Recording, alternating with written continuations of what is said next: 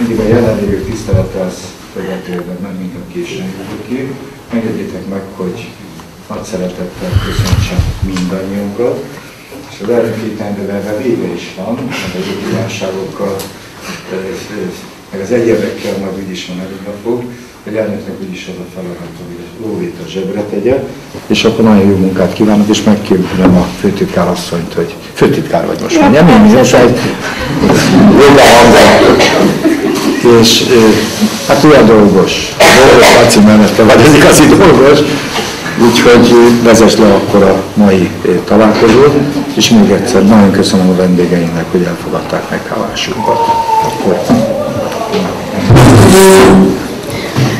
Én is szeretettel üdvözöllek benneteket, és örömmel látom, hogy sok új arcokkal találkoztunk, tehát az új betegek is érdeklődnek most már a társaikról, hogy kik tartoznak ebbe a kis alapítványba. Az első feladatom az lenne, hogy én is szeretettel üdvözlöm a megjelent vendégeinket, és én is köszönöm a meghívásukat, de ugyanakkor szeretném bemutatni nektek, mert vannak új a Gokiból is, meg a Városmajori Klinikáról is. Elsősorban dr. Szabolcs Zoltán professzor urat szeretném. Dr. Balogh Orsolya doktor. Dr. Szokko Tibort, a Szent Ferenc Kórház rehabilitációs osztályáról, kardiológus urat. Ezek után szeretném megkérni Dolgos Lászlót, hogy szintén üdvözölje a megjelenteket.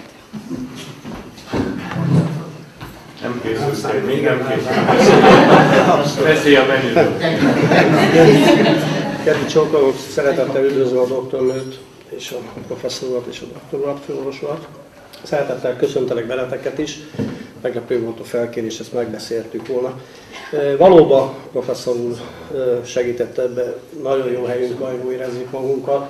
Köszönjük ezt a Lacinak és a Melinda nagy munkájának, és nektek, hogy megtiszteltetek újra bennünket, és remélem, hogy ez a kis dolog, amit mi azért igazából én szerintem kicsit nagynak is tartunk, nagynak tartunk. Minden évben próbáljuk úgy, hogy a Melinda is mondta, kicsit kibővítve, új arcokkal. Már van egy fülesünk, nem akarom elmondani, majd erre a hivatottak majd elmondják. Tehát van jövőre is egy kis elképzelésünk, úgyhogy mindenkinek jó szórakozást ehhez a kis hivatalos részhez, pedig hát egy kis odafigyelést, és köszönjük, hogy megtiszteltek a doktornő és a professzorok bennünket. Köszönöm szépen! Megkérem Szabolcs tanár urat, hogyha egy pár gondolat. Nyakkendőt nem hoztam. Előadást hoztam, de nincs hova bedugni. Úgyhogy hát én is szeretném üdvözölni a kollega urakat, hölgyeket, megjelenteket. Jó hittem, de tavaly is ezt mondtam, így kezdtem tavaly is. Én ezt már begyakoroltam, ez már talán az 5. ilyen együttlétünk, talán Gyulán találkoztunk. Makon. Igen, ott van a fürdő, a Makovecféle fürdő, igen, ha emlékszem. No, tehát, hogy mindig örülök. Feleségem kevésbé örült, mert szabadságról kellett eljönni, és azt mondta, hogy hülye vagyok. De hogy hát most összeegek károlni.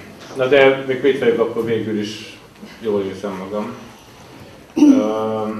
Azt kicsit sajnálom, nyilván ennek ebben szerepe van a nyárnak is, meg a szabadságolási időszakban, hogy azért lehetnénk többen. Amit végig kell gondolni, hogy miért nem szaporodik úgy, nem a szaporodás szót, nem valaki félreértelmezi, de miért nem emelkedik úgy ennek a társaságnak a száma, mint ahogy elvárnánk, és ez fontos lenne, én azt hiszem, mert azért olyan világ fele sodródunk, ahol az ilyen civil szervezeteknek, és ezen belül elsősorban a beteg szervezeteknek a befolyásoló, érdekérvényesítő ereje az valószínűleg növekedni fog. Most, hogyha van egy viszonylag lelkes, de számban nem túl erős társaság, amelyik az alapítványon belül együtt van, az nyilván kevésbé tudja ezt az érdekérvényesítő hatását, erejét kihasználni, és aztán nyilván azok fogják kihasználni, akik a lóvét lenyelik, csak hogy jó, erre. Ugye, mert az értékesebb alapítványok azok általában dolgoznak, csendben vannak, és aztán vannak a nagypofájúak, akik viszont pénzt elviszik. Tehát ezt nyilván végig kell gondolni, vagy végig kellene gondolni az alapítvány funkcionáriusainak és az itt lévők közül a lelkesebbeknek, hogy hogyan lehetne akár a honlap színesebbé tételével, a kapcsolatok erősítésével valahogy fölrázni a itt lévők közül a lelkesebbeknek, hogy hogyan lehetne akár a honlap színesebbé tételével, a kapcsolatok erősítésével valahogy fölrázni a társaságot.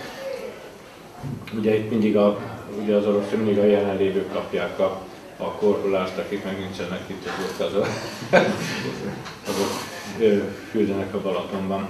Na, hát mindegy. Tehát pedig lenne feladata ennek a társaságnak, mert ugye részben az lenne a feladatunk, bár előadással nem készültünk, hanem hogy az elmúlt egy évben mi történt, és akkor igazából vannak jó hírek, és nyilván vannak kevésbé jó hírek. A kevésbé jó hír, és itt kapcsolódnék az előbb elmondottakhoz, hogy talán csökken a várólistára került páciensek száma, és akik várólistára kerülnek, azok közelítik a 100 kilót. Most ennek következtében a várólista az sok hiányosságot mutat, elsősorban a 80-85 kg alatti recipiensek, szívet váró páciensek vonatkozásában.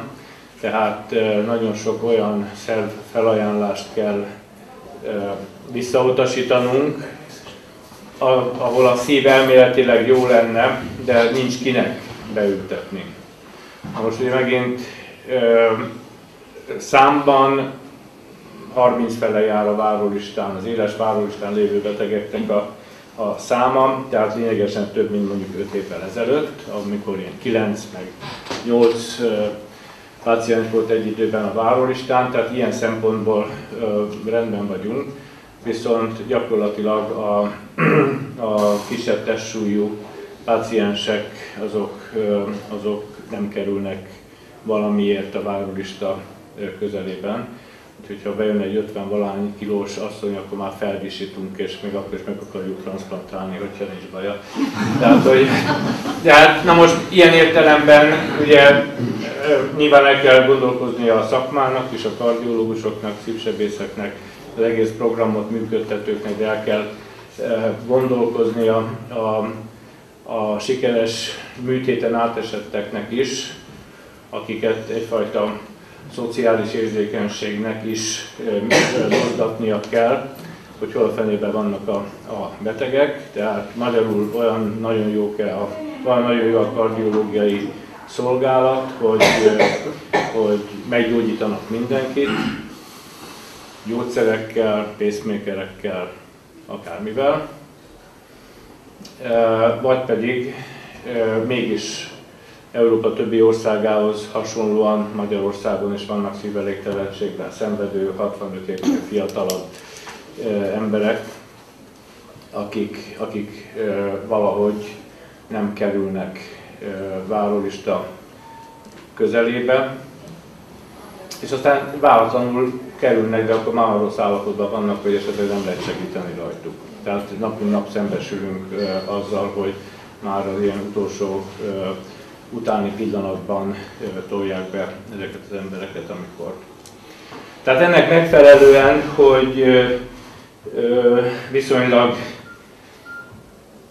szűkös a várólista a 85 kg testsúly kilogramm alatt lévő páciensek következtében, ezért valamelyest csökkent a beültetések száma ebben az évben. Ugye, ami azért fájó, mert a tavalyi évben majdnem 40 szívátültetés volt, a majorban 39, és a Haller utcában is volt 6 beültetés, ugye ott a csecsemő gyermekszívátültetés, illetve a felnőtt veleszületett szívbetegség miatt már korábban operált betegeknél történnek a beültetések.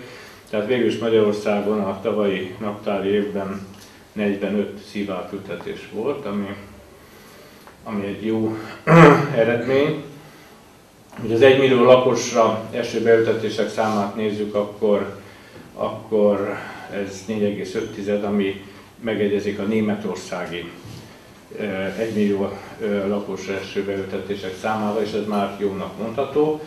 Persze nekünk nem Németországot kell nézni, hanem mondjuk Horvátországot, ahol 1 millió lakosra majdnem 10 beültetés történik, tehát a horvátok, szlovének ezek borzasztóan megugrottak. Ezen a területen ennek nyilván okai vannak. Egyrészt az egészségügyi ellátás terén a transzplantációs programok nem csak a szív, hanem az egyéb egyfajta prioritást élveznek. Másrészt nagyon jól meg van szervezve a donációs program, tehát a potenciális donoroknak a jelentése, gondozása. Tehát sok a donor, valószínű, hogy jobban meg van szervezve a szívelégtelenség ambulanciáknak a hálózata, tehát több beteg kerül a várólistára. Tehát figyelő szemünket a hajdani monarchia déli területeire fordítsuk, és most utánuk kell futni, és nem a németek után. A prioritás, vagy az egészségügyi ellátórendszer vonatkozásában azért vannak előrelépések is, tehát ameddig nincsen több recipiens, meg nincsen több donor, de jobb lett a finanszírozás. Tehát ebben az évben már 16 millió forint egy szívátültetésnek a finanszírozása, a korábbi 9 millióhoz képest. Nyilván ezt nem úgy adták oda, hogy gyerekek kaptok több pénzt, vagy a szolgáltatás költségigénye nőtt, és akkor ezt ők spontán észrevették és adták, hanem elsősorban Merkeli professzornak a érdekérvényesítő, kapcsolati tőke működtető érzékenységének az eredménye, tehát ő kibumliszta tulajdonképpen ezt a lehetőséget, ez mindenféleképpen jó. Tehát ez már majdnem fedezi, hogy kevés szövődménnyel megterhelt műtétnek a kockázatát, a szövődményes eseteknek a költségigénye nyilván magasabb, erről a kolléganő fog esetleg gondolatokat megosztani önökkel, tehát ez mindenféleképpen jó. Talán az is jó, hogy a műszív vagy mechanikus keringési támogatás programja az előrébb lépett, a finanszírozása is javul. Aki nem volt itt tavaly, vagy nem emlékszik rá, ugye egy szívátültetés most 16 millió forint, és mondjuk egy ilyen tartósabb ketyerének a beültetése az 30 millió forint. Persze azért Magyarországon vagyunk, nyilván kapnak olyan betegek ketyerét, akiknél mondjuk a szívátültetés az hasznosabb lenne. Tehát nyilván folyik egyfajta Európához történő felzárkózás, vagy annak a megpróbálása, hogy minél több eszközt ültessenek be. Egyébként a várólistán lévő nehéz súlyú pácienseknél valószínű, hogy a műszív beültetés az lesz a jövő útja, mert gyakorlatilag egy évben a donorpoolból, szerintem ha 5 ilyen 90 kilónál nehezebb donorból származó szervfelajánlás van, akkor én azt hiszem, hogy még sokat is mondok. Tehát a 100 és 100 kg fölötti testsúllyal várólistára kerülő betegeknek nagyon kicsi az esélye, a szívbeültetésre, vagy átültetésre. Eurotranszplantról röviden annyit, hogy a kezdeti eufória az kicsit alábbhagyott. Vannak jó hírek, és nyilván vannak kevésbé jó hírek. A kevésbé jó hír, és itt kapcsolódnék az előbb elmondottakhoz, hogy talán csökken a várólistára került páciensek száma, és akik várólistára kerülnek, azok közelítik a 100 kilót. Most ennek következtében a várólista az sok hiányosságot mutat, elsősorban a 80-85 kg alatti recipiensek, szívet váró páciensek vonatkozásában. Tehát nagyon sok olyan szerv felajánlást kell visszautasítanunk, ahol a szív elméletileg jó lenne, de nincs kinek beültetni. Most ugye megint számban 30 fele jár a várólistán, az éles várólistán lévő betegeknek a száma, tehát lényegesen több, mint mondjuk 5 évvel ezelőtt, amikor ilyen 9 meg 8 páciens volt egy időben a várólistán, tehát ilyen szempontból rendben vagyunk, viszont gyakorlatilag a kisebb testsúlyú páciensek azok nem kerülnek valamiért a várólista közelében. Úgyhogy ha bejön egy 50-valahány kilós asszony, akkor már felvisítunk, és még akkor is meg akarjuk transzplantálni, hogyha nincs baja. Tehát, na most ilyen értelemben ugye nyilván el kell gondolkozni a szakmának és a kardiológusoknak, szívsebészeknek, az egész programot működtetőknek, de el kell gondolkozni a sikeres műtéten átesetteknek is, akiket egyfajta szociális érzékenységnek is mozgatnia kell, hogy hol a fenében vannak a betegek. Tehát magyarul olyan nagyon jó a kardiológiai szolgálat, hogy meggyógyítanak mindenkit, gyógyszerekkel, pacemakerekkel, akármivel,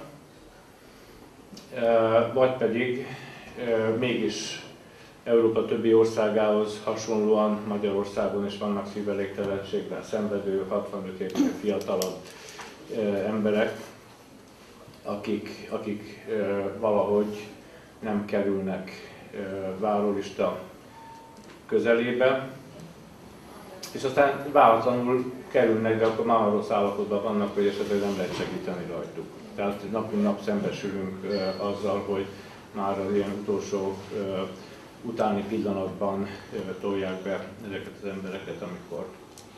Tehát ennek megfelelően, hogy viszonylag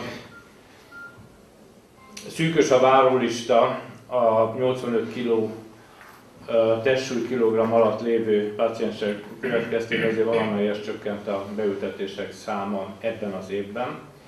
Ugye, ami azért fájó, mert a tavalyi évben majdnem 40 szívátültetés volt, a Majorban 39, és a Haller utcában is volt 6 beültetés. Ugye ott a csecsemő gyermek szívátültetés, illetve a felnőtt, veleszületett szívbetegség miatt már korábban operált betegeknél történnek a beültetések.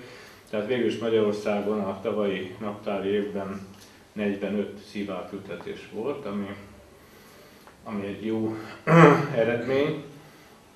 Ha az 1 millió lakosra eső beültetések számát nézzük, akkor ez 4,5, ami megegyezik a németországi 1 millió lakosra eső beültetések számával, és ez már jónak mondható. Persze nekünk nem Németországot kell nézni, hanem mondjuk Horvátországot, ahol 1 millió lakosra majdnem 10 beültetés történik, tehát a horvátok, szlovének ezek borzasztóan megugrottak. Ezen a területen ennek nyilván okai vannak. Egyrészt az egészségügyi ellátás terén a transzplantációs programok nem csak a szív, hanem az egyéb egyfajta prioritást élveznek. Másrészt nagyon jól meg van szervezve a donációs program, tehát a potenciális donoroknak a jelentése, gondozása. Tehát sok a donor, valószínű, hogy jobban meg van szervezve a szívelégtelenség ambulanciáknak a hálózata, tehát több beteg kerül a várólistára. Tehát figyelő szemünket a hajdani monarchia déli területeire fordítsuk, és most utánuk kell futni, és nem a németek után. A prioritás, vagy az egészségügyi ellátórendszer vonatkozásában azért vannak előrelépések is, tehát ameddig nincsen több recipiens, meg nincsen több donor, de jobb lett a finanszírozás. Tehát ebben az évben már 16 millió forint egy szívátültetésnek a finanszírozása, a korábbi 9 millióhoz képest.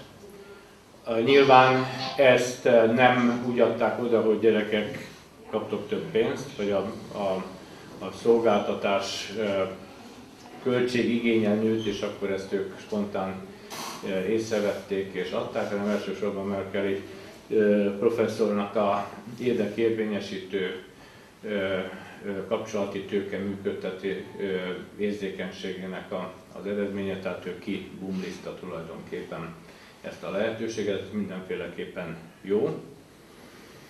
Tehát ez már majdnem fedezi, hogy kevés szövődménnyel megterhelt műtétnek a kockázatát, a szövődményes eseteknek a költségigénye nyilván magasabb, erről a kolléganő fog esetleg gondolatokat megosztani önökkel, tehát ez mindenféleképpen jó. Talán az is jó, hogy a műszív vagy mechanikus keringési támogatás programja az előrébb lépett, a finanszírozása is javul. Aki nem volt itt tavaly, vagy nem emlékszik rá, ugye egy szívátültetés most 16 millió forint, és mondjuk egy ilyen tartósabb ketyerének a beültetése az 30 millió forint. Persze azért Magyarországon vagyunk, nyilván kapnak olyan betegek ketyerét, akiknél mondjuk a szívátültetés az hasznosabb lenne.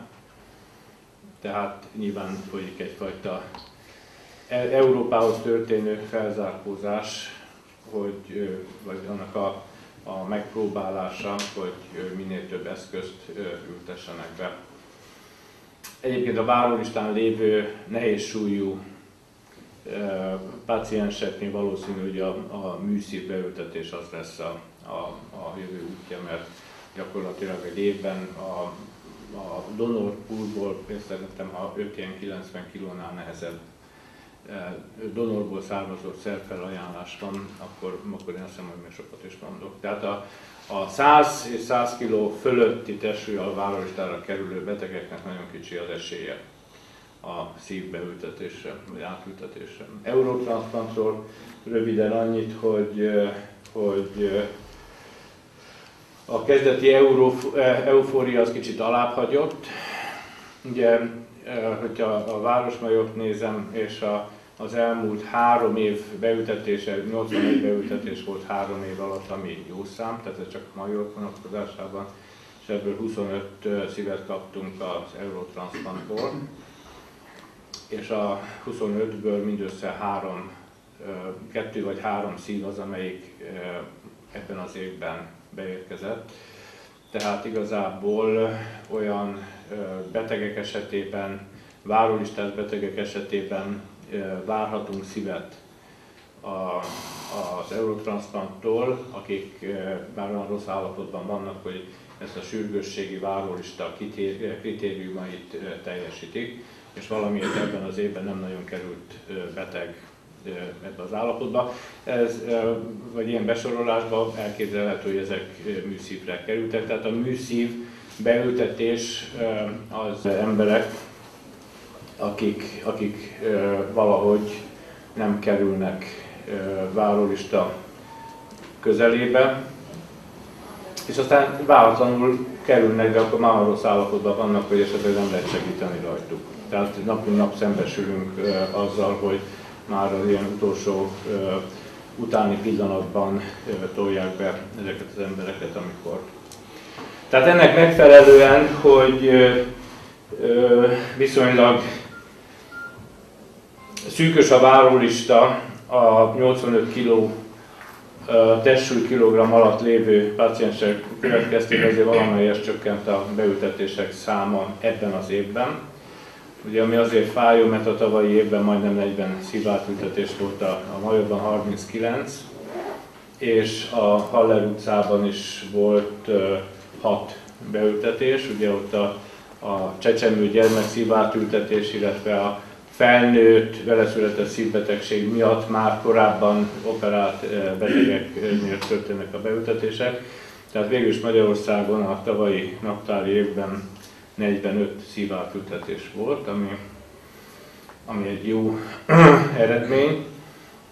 Hogy az 1 millió lakosra eső beültetések számát nézzük, akkor ez 4,5, ami megegyezik a németországi 1 millió lakosra eső beültetések számával, és ez már jónak mondható.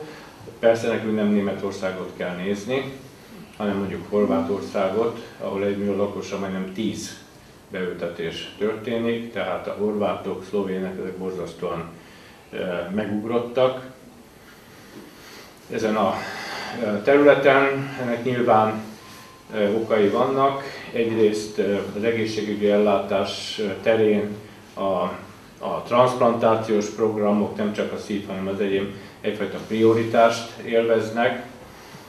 Másrészt nagyon jól meg van szervezve a donációs program, tehát a potenciális donoroknak a jelentése, gondozása. Tehát sok a donor, valószínű, hogy jobban meg van szervezve a szívelégtelenség ambulanciáknak a hálózata, tehát több beteg kerül a várólistára. Tehát figyelő szemünket a hajdani monarchia déli területeire fordítsuk, és most utánuk kell futni, és nem a németek után. A prioritás, vagy az egészségügyi ellátórendszer vonatkozásában azért vannak előrelépések is, tehát ameddig nincsen több recipiens, meg nincsen több donor, de jobb lett a finanszírozás. Tehát ebben az évben már 16 millió forint egy szívátültetésnek a finanszírozása, a korábbi 9 millióhoz képest. Nyilván ezt nem úgy adták oda, hogy gyerekek kaptok több pénzt, vagy a szolgáltatás költségigénye nőtt, és akkor ezt ők spontán észrevették és adták, hanem elsősorban Merkeli professzornak a érdekérvényesítő kapcsolati tőke működtető érzékenységének az eredménye, tehát ő kibumliszta tulajdonképpen ezt a lehetőséget, mindenféleképpen jó. Ez már majdnem fedezi, hogy kevés szövődménnyel megterhelt műtétnek a kockázatát, a szövődményes eseteknek a költségigénye nyilván magasabb, erről a kolléganő fog esetleg gondolatokat megosztani önökkel, tehát ez mindenféleképpen jó. Talán az is jó, hogy a műszív vagy mechanikus keringési támogatás programja az előrébb lépett, a finanszírozása is javul. Aki nem volt itt tavaly, vagy nem emlékszik rá, ugye egy szívátültetés most 16 millió forint, és mondjuk egy ilyen tartósabb ketyerének a beültetése az 30 millió forint. Persze azért Magyarországon vagyunk, nyilván kapnak olyan betegek ketyerét, akiknél mondjuk a szívátültetés az hasznosabb lenne. Tehát nyilván folyik egyfajta Európához történő felzárkózás, vagy annak a a megpróbálása, hogy minél több eszközt ültessenek be.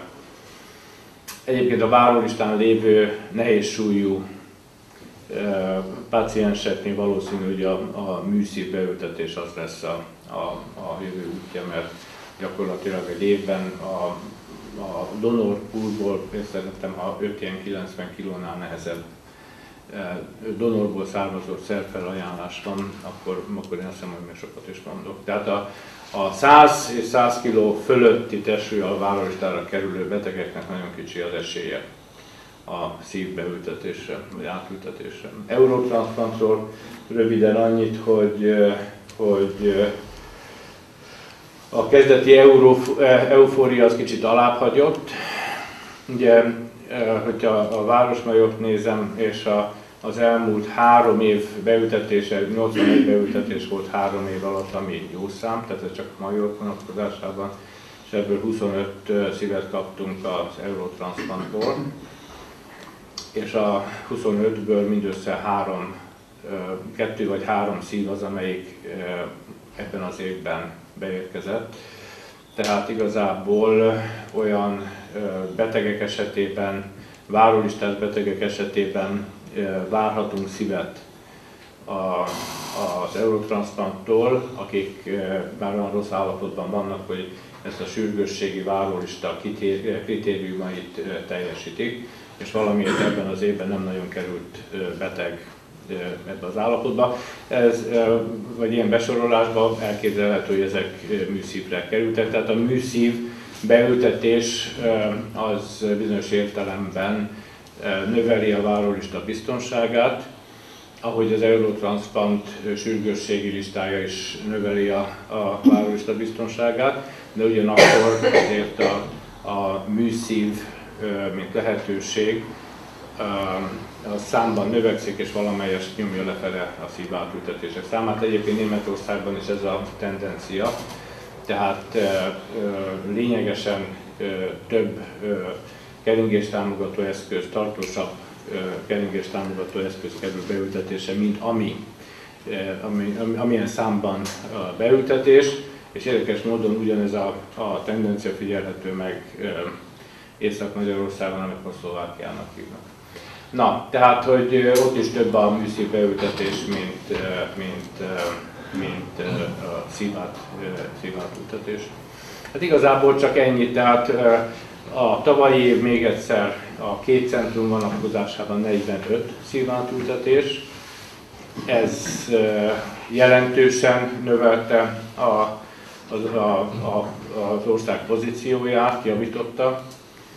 A Városmajornál tulajdonképpen kb. 10 olyan centrum van, amelyik több szívet ültet be egy évben, mint a Major.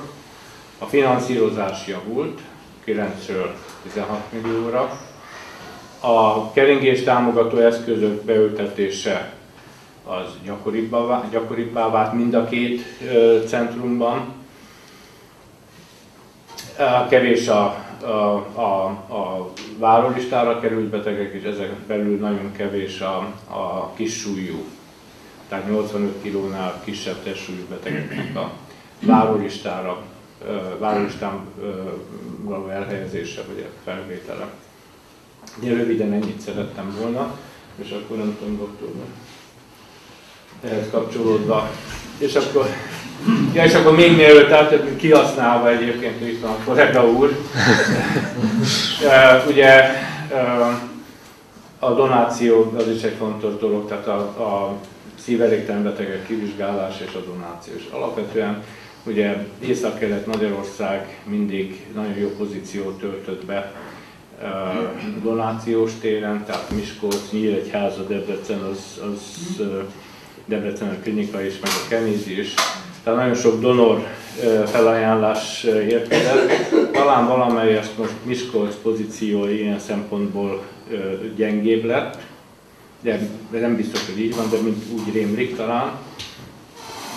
Ugyanakkor viszont ugye ez az ország második legnagyobb városa, és gondolom, hogy most már nem. Mi? Debrecen. Debrecen, igen. Na, elég az hozzá, hogy viszont Miskolc és az agglomerációban azért viszonylag kevés szívelégtelen beteg kerül a Várólista Bizottság elé, tehát jönnek Debrecenből, tudom én, Pestről, Szegedről, Pécsről, hébe-hóba, de valahogy Miskolcról nem azt mondom, hogy nem jönnek, de nagyon kevés, tehát ha már itt vagyunk, akkor kicsit provokatív jelleggel, miért a doktornő, azért még gondolkoztat tovább. De hogy Miskolcon például megvan-e szervezve a szívelégtelenség ambulancia, vagy itt ilyen fejcsóválás történt, hogy na, akkor csak azért, hogy ne csak üljél és hallgass, hanem Hát először is a provokatív kérdésre válaszolva. Igazából én azt hiszem, hogy kétfele kéne választani ezt az egész kardiológiai ellátást, szerintem itt Miskolcon, az országos szinten is.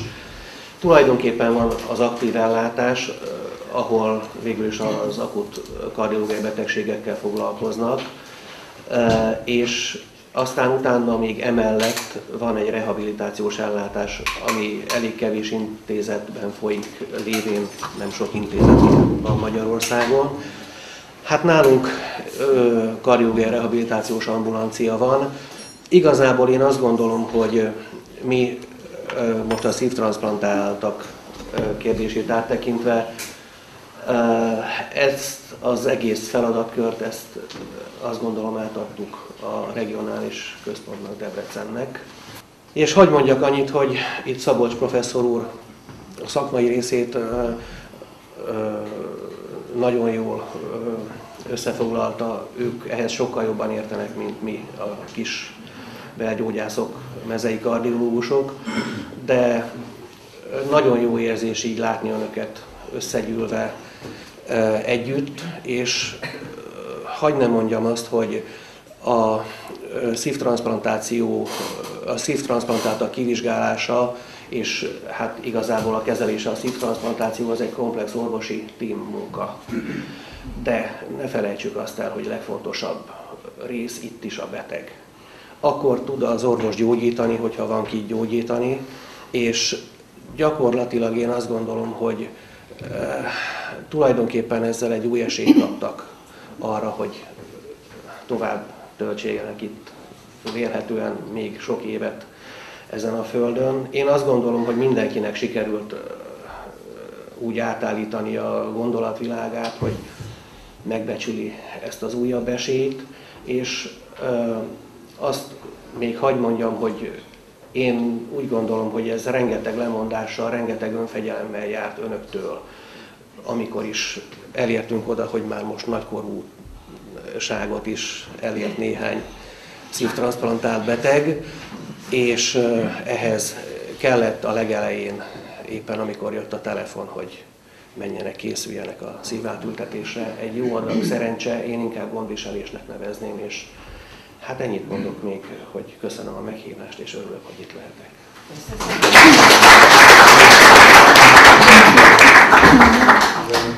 Akkor hadd mutatkozzam, én Balog Orsolya vagyok, a Városmajori Kardiológiai Központban gondozom a szívtranszplantált betegeket, akit esetleg nem találkoztunk tavaly, vagy nem ismerne. Először én is hadd köszönjem meg, hogy újfent itt lehetek, és találkozhatok önökkel ezen az eseményen.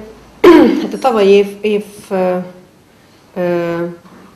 júniusához képest 34 beteg került hosszabb, rövidebb időre a mi gondozásunkba. Ugye ez azért jelent hosszabb, rövidebb időt, mert hogy a közvetlen, intenzív, posztoperatív időszakot követően azt a néhány hetet is, amit a Városmajorban töltenek a frissen szívátültetett betegek, és mielőtt még esetleg visszamennének az őket gondozó gokiba, azért egy pár hetet, ami felügyeletünk alatt töltenek, úgyhogy hát a legtöbbjükkel azért, vagy hát szerencséjükre, vagy bánatukra, de találkoznak velem.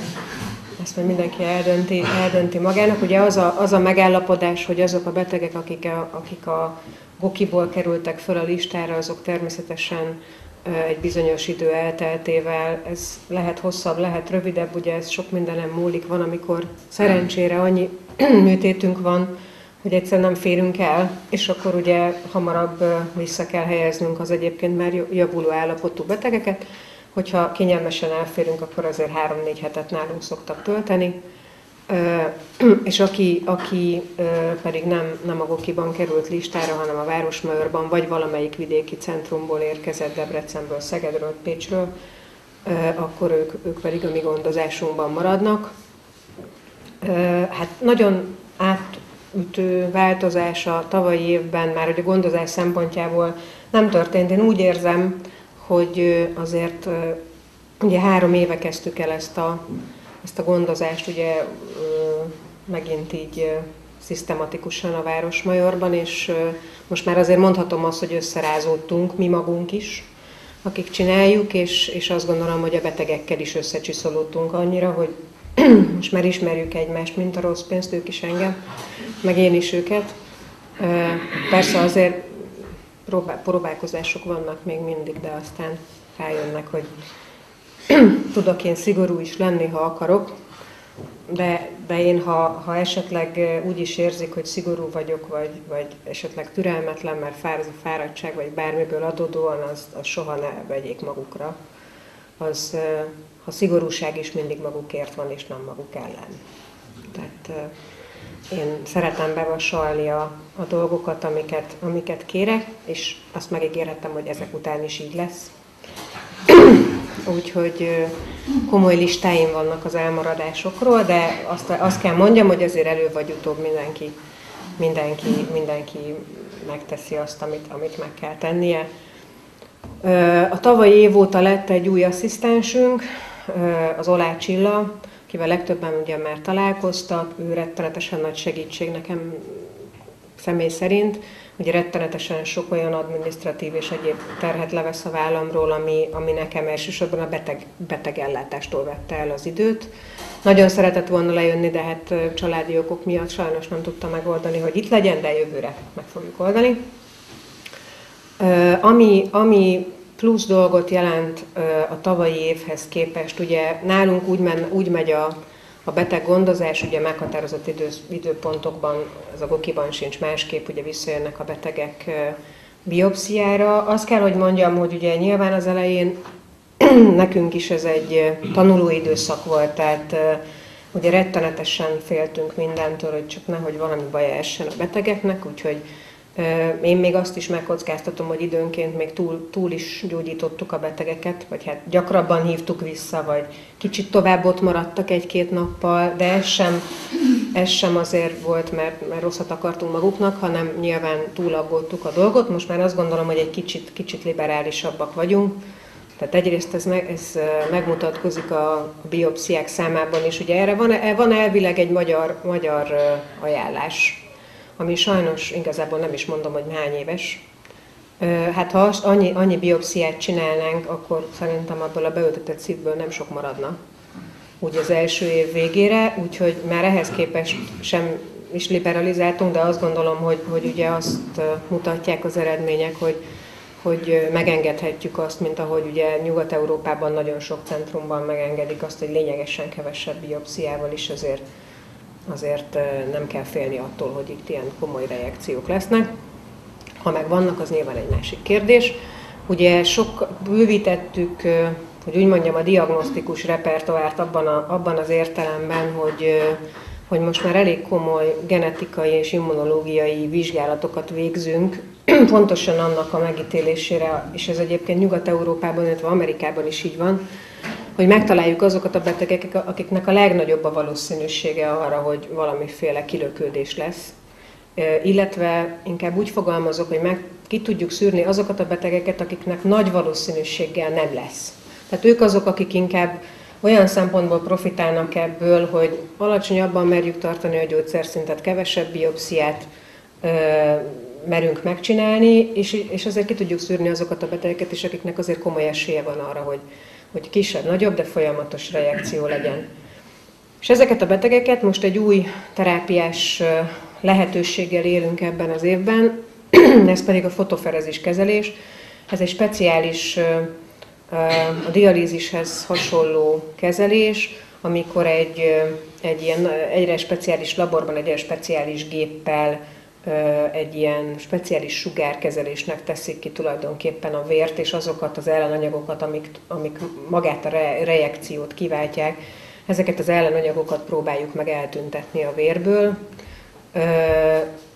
4 betegünk is jár rendszeresen ilyen kezelésre, illetve most már csak 3, és olyannyira jók a tapasztalatok vele, hogy volt olyan betegünk, akinek sajnos műszívről lett transzplantálva egy sürgősségi helyzetben, ugye nem nagyon volt lehetőség azért teljes egyezést biztosító keresztpróbát csinálni, ezt ilyenkor egyrészt megszervezni, másrészt lebonyolítani az idő szűkössége miatt gyakorlatilag lehetetlen, úgyhogy hát ő pont egy olyan szívet kapott, ami hát nem volt immunológiailag a legkompatibilisebb, hogy mondjuk így, és ezért elég komoly reakciói voltak az elején, de most elmondhatom, hogy egy fél év ilyen kezelés után gyakorlatilag reakciómentes, és ugyanúgy alacsony gyógyszerszinten tartható, mint az összes többi ebből a szempontból szerencsés beteg.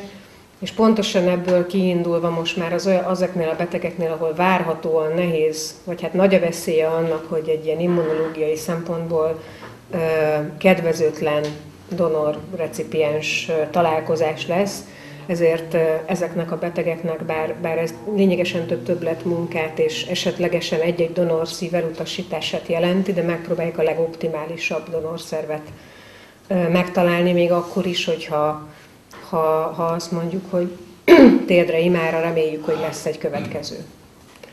Eddig még azt elmondhatom, hogy amikor így döntöttünk, hogy visszautasítottunk donorszívet, és megvártuk a másodikat, a második mindig sokkal jobb lett, és működik. Ez ugye elsősorban a 2 retranszplantáció kapcsán volt ugye nagyon fontos, ugye hát a beültetett szív ellen ugye a szervezet a gyógyszerek ellenére is dolgozik. Tehát ugye vannak ellenanyagok, amik egy ugye következő szív beültetésénél hát hatványozottabban és sokkal erősebben próbálják kiváltani a reakciót. Ugye 2 betegünk volt, akinek odáig jutott az állapota, hogy újból szívátültetésre került. Ugye az egyiküket mindenki ismeri, a Kunstóni. Nagyon szeretett volna itt lenni, ugye tavaly csak egy videóüzenetet tudott magáról küldeni még a kórházból. Hála Istennek egy 8 hónapos rettenetesen nehéz küzdelem, meg sok-sok csata után, végül is 8 hónap után hazaengedtük. Én azt gondolom, hogy jól van. Tehát most a jót azt értsük úgy, hogy nyilván ennek is vannak árnyalatai. Kinek mi a jó. Nagyon szeretett volna itt lenni, igazából az én kezem is benne van abban egy kicsit, hogy lebeszéltem arról, hogy jöjjön, mert azért ő még egy kicsit azért gyenge ahhoz, hogy most itt 3 napot önök nagyon szeretett volna, úgyhogy ha valaki ezért haragszik, akkor rám haragudjon a Tónira, ő nagyon szeretett volna jönni. Hogy ő volt az egyik, a másik pedig egy viszonylag frissen transzplantált hölgy, Budák Erika, akinek gyakorlatilag egy teljesen terápia refrakter reakciója alakult ki. Ellenálló, nem reagáltam. Tehát gyakorlatilag semmiféle specifikus kezelésre nem reagált, úgyhogy gyakorlatilag az ő életét azt egy átmeneti műszívkezeléssel és egy újabb transzplantációval tudtuk megmenteni. Jelentem jól van, kifejezetten jól van, de neki is az volt még a tanács, hogy azért, mivel ugye ez egy áprilisi történet, hogy még azért kevés idő telt el ahhoz, hogy ő most ilyen nagyobb túrákat tegyen, de jól van. Tehát ő ugye egy fiatal hölgy, 35 éves, úgyhogy neki azért lényegesen több tartaléka is van. De ez a két nagyon nagy harcunk volt ugye tavalyi évben. Ezen felül persze nyilván voltak kisebb-nagyobb harcok. Ugye volt, aki nagyon könnyen vette az akadályokat, és 3 hét után gyakorlatilag mondtuk, hogy hát szimulánsokat nem kezelünk kórházban, alapon menjen haza, és már otthon gyógyuljon. Nyilván volt egy-két szövődményes sebb, de azért zömében jól sikerült transzplantáció. Ugye nyilván nem is akarjuk ezt eltitkolni, de hát azért volt tavaly sajnos néhány haláleset is, ami viszonylag a korai stádiumban, a műtét posztoperatív időszakban történt. Ugye nagyon sokszor, ilyenkor mindig ugye mi saját magunkat vizsgáljuk újra, hogy mit lehetett volna másképp, mit lehetett volna jobban, hogyan lehetne ezt ugye megakadályozni, legközelebb, és arra jutottunk, hogy ugye sokkal inkább, sokkal betegebb betegek vannak a várólistán, mint néhány évvel ezelőtt. Tehát mondjuk úgy, ahogy a tanár úr is mondta, hogy sajnos már a megkésett betegek vannak a várólistán, és ezek a betegek nem azért haltak meg, mert nem volt jó a szívük. Tehát gyakorlatilag a szívük volt a legjobban működő szervük a transzplantáció után, de egészen egyszerűen olyan sok szervi elégtelenséggel és annyira tartalék nélkül kerültek a műtétre, hogy egészen egyszerűen már akkora megterhelés volt nekik maga a műtét, hogy ugye vesse elégtelenség, májelégtelenség, szövődmények, fertőzés, hogy egyszerűen nem tudtuk ezt a csatát megnyerni. Hát ugye ezért nagyon fontos, hogy ezért tudom, hogy ez egy nagyon nehéz azt a pillanatot megtalálni, amikor már elég rosszul van a beteg, de még nincs annyira rosszul. Hát ezt a pillanatot megtalálni, hogy akkor kerüljön a listára, amikor kell, és ugye az se kiszámítható, hogyha valaki listán van, amikor kap szívet. De hát ezen nyilván dolgozni kell, nem csak nekünk, hanem a szívelégtelenség centrumoknak, meg a többi kardiológusnak is. Ami a gondozásnak a másik részét, illetve ugye a már ambuláns kontrollokat, azok optimális esetben 3 havonta történnek, és már van jó kis rendelőnk, elszeparálva mindentől, úgyhogy azért igyekszem, ha nem is mindig sikerül, de azért igyekszem mindig úgy valahogy hívni a betegeket, hogy akik nagy cimborák, azok úgy próbáljanak egy nap jönni, és akkor a várakozás alatt legalább pletykálnak egyet, amíg telnek az idő, de azt gondolom, hogy amennyire lehet, próbáljuk ezt azért néhány órára leszűkíteni ezeket az ambuláns kontrollokat, és mindenkire nyilván egyénre szabni, hogy hát gyakrabban kell jönni, és ahogy eddig is segíteni mindenben a kötelező szűrővizsgálatok megszervezését is. Ugye nagy kedvenc a koronária CT, hogy ugye nem kell koronarográfia, ezt ugye nagyon szeretik nálunk a betegek. Ezzel egyetlen egy probléma van mindig, nem probléma, csak ugye a koronária CT program az nálunk mindig délután van, és mindig a második nap délután van. Az egy évben egyszer bentfekvéses éves kontroll második napján délután merészeljük ezt a koronária CT-t megcsinálni, és ezért rettenetesen nagy szemrehányásokat szoktunk kapni, hogy 4 óra, és még nincsen CT. Tehát tényleg így a türelem, amit én kérek mindenkitől, hogy mindenki sorra kerül, csak hát ugye maguk idézőjelben már jó állapotú betegek, és amikor behozzák a politraumatizált beteget a CT-be, akkor ő élvez elsőbséget. Úgyhogy csúsznak egy kicsit a vizsgálatok, attól még ugyanúgy hazamehetnek a második nap végén, ahogy ígértem, kivéve ha valami rosszat csinálnak, és ott tartom magukat, de azért általában ez egy éjszakás bentfekvés alatt megoldható szokott lenni. Ja igen, nem fejeztem be ezt a fotoferezis kezelést, hogy végül is nagyjából befejeztem. Szóval az a lényeg, hogy ez egy speciális kezelés, és csak a László kórházban végzik, de nagyon jó kapcsolatot sikerült ott kialakítani ezekkel a szakemberekkel, úgyhogy ez gyakorlatilag elég gördülékenyen és programszerűen, idézőjelben programszerűen megy most már. Én azt gondolom, hogy én ennyit szerettem volna elmondani magamtól, és hogyha valakinek valami kérdése van, vagy óhaj, sóhaj, bármi, akkor nagyon szívesen válaszolok. Én rögtön kérdezek, hogy csak azért, hogy nagyjából lehet tapsolni.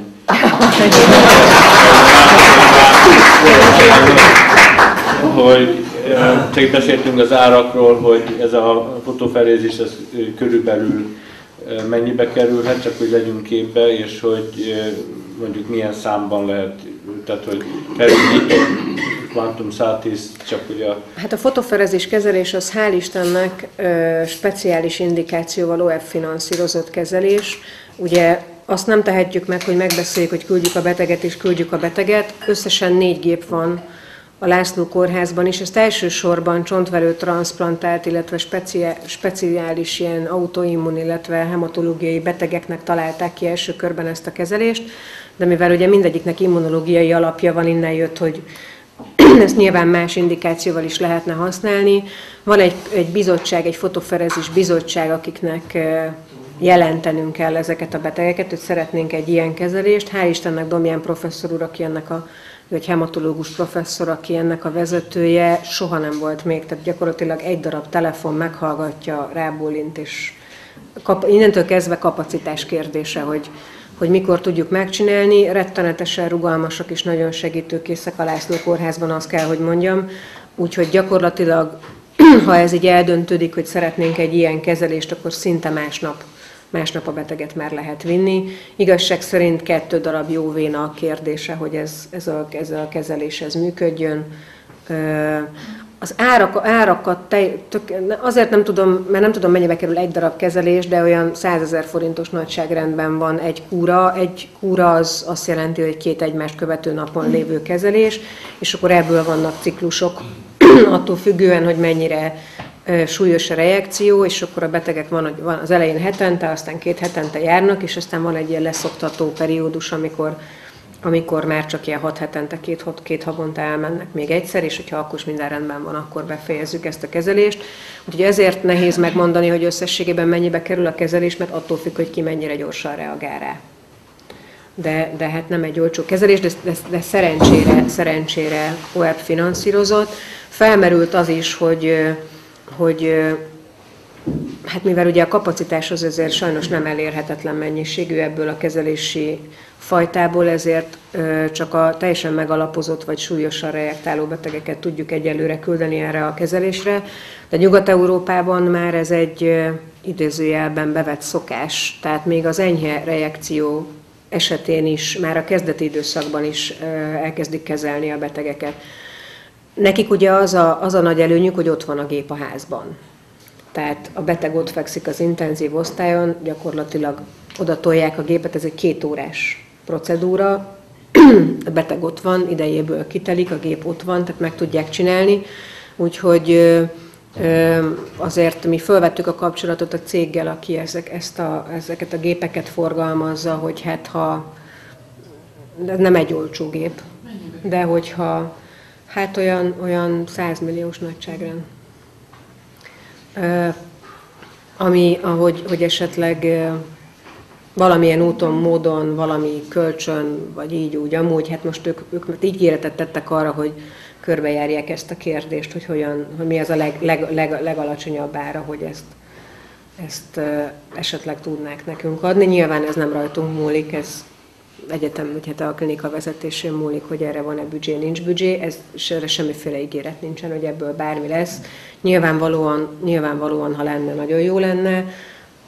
Ha nincs, akkor most végül is a nagyon indokolt esetben meg tudjuk oldani, de hát azért, hát hogy mondjam, ilyen nagyobb nagyságrendben nem tudjuk küldeni a betegeket. Tehát kevés a gép, úgyhogy nem tudjuk ezt így megoldani. Még egyet. Egy-két kommentár, és utána tényleg kérdezzenek. Az egyik az, hogy ilyen szempontból is fontos lenne, tehát nem csak az, hogy nyilván az első a beteg szempont, tehát hogyha szívelégtelenségben szenvedő betegek vannak, akkor azokkal valamit kell csinálni, gyógyszer, pacemaker, akármicsoda szívátültetés, műszív, tehát a betegeket fel kell deríteni, ez egyik. A másik, minél testesebb egy program, minél nagyobb kapacitással dolgozik, minél jobbak az eredmények, annál több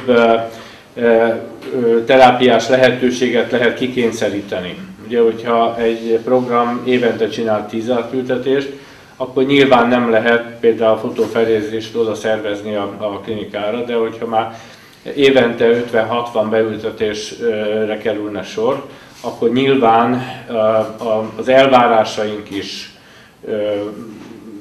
változnának, illetve hát ugye a finanszírozó is jobban a zsebébe nyúlnak.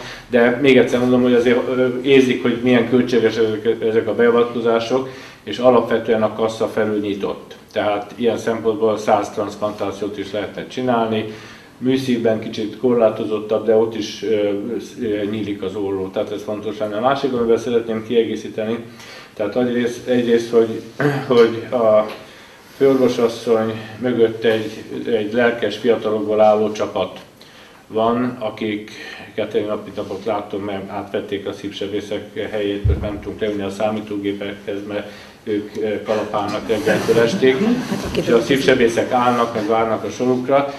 Tehát szinte nem szinte főállásban ezt csinálják, tehát ez a csapat, ez erre hivatott, és ahogy én látom,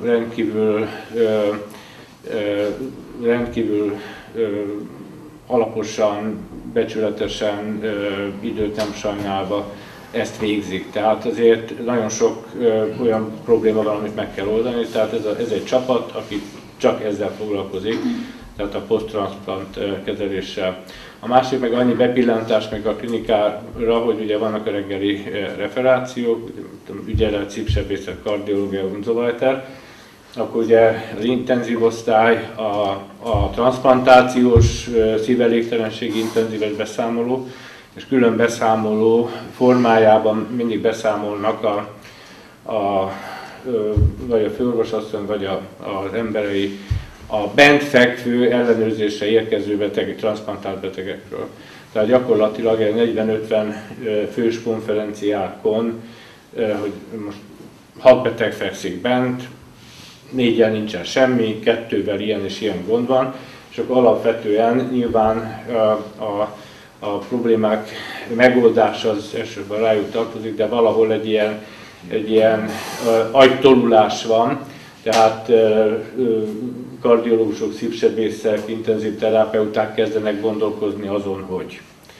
És még annyi kiegészítés mindkettőnk gondoljához, hogy ugye korábban hetente volt egy ilyen szerdai transzplantációs megbeszélés. Ezek úgy kezdenek ritkulni, de helyette nagy nemzetközi szimpóziumok vannak, amiből eddig volt ebben az évben 3, ami szívelégtelenség, transzplantált betegek utógondozása, ahol gyakorlatilag olyan nemzetközileg ismert, elsősorban európai, de most már Amerikából is érkezett szaktekintélyek vesznek részt, akik egyfajta kapcsolatban maradnak a klinikával, és akik felé bármikor lehet olyan kérdésekkel fordulni, amit esetleg úgy éreznénk, hogy nem egyértelmű a mi válaszunk az adott probléma megoldásában. Németország, Anglia, San Diego, tehát ez is egy komoly előrelépés. Tehát a klinikát kezdjük úgy Európában elhelyezni, és kezdik megismerni azt, hogy Városmajor az nem Bukarestben van. És ez komoly, ez olyannyira komoly, hogy amikor tényleg nagy problémánk van, ahogy egyszerűen nem jutunk előre valamelyik beteggel, és megkeressük bármelyik ilyen nagy, például a Lőveni Transzplantációs Centrum vezetőjét, akár e-mail formájában is, gyakorlatilag vagy másnap reggel válaszol, vagy másnap reggel fölhív telefonon, hogy akkor kérdezi még, amit meg szeretne kérdezni, és akkor ő mondja az ötleteit, és akkor mondjuk, hogy igen, ezt mi is gondoltunk, mi is, van-e még ötlet, és tényleg érdemben tudnak nekünk segíteni. Hát ők ugye azért lényegesen hosszabb anamnézissel rendelkeznek, hát rettenetesen sok beteget transzplantáltak, tettek műszívre, úgyhogy azért jóval nagyobb tapasztalatuk van, mint nekünk.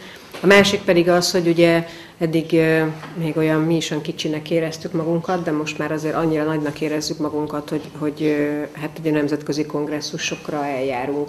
Amit ugye nyilván egy amerikai kongresszuson hallottakat nem lehet egy az egyben adaptálni Magyarországra, de nagyon sok olyan ötlet, gondolat van, amit viszont át tudunk venni, hogy tényleg ezt mi is meg tudnánk csinálni, ezt mi is tudjuk így csinálni. És hogyha van tényleg valami olyan ötlet, ami működik, ami jó, akkor azt miért ne vegyük át? Nincs, mert erre is van lehetőségünk szerencsére.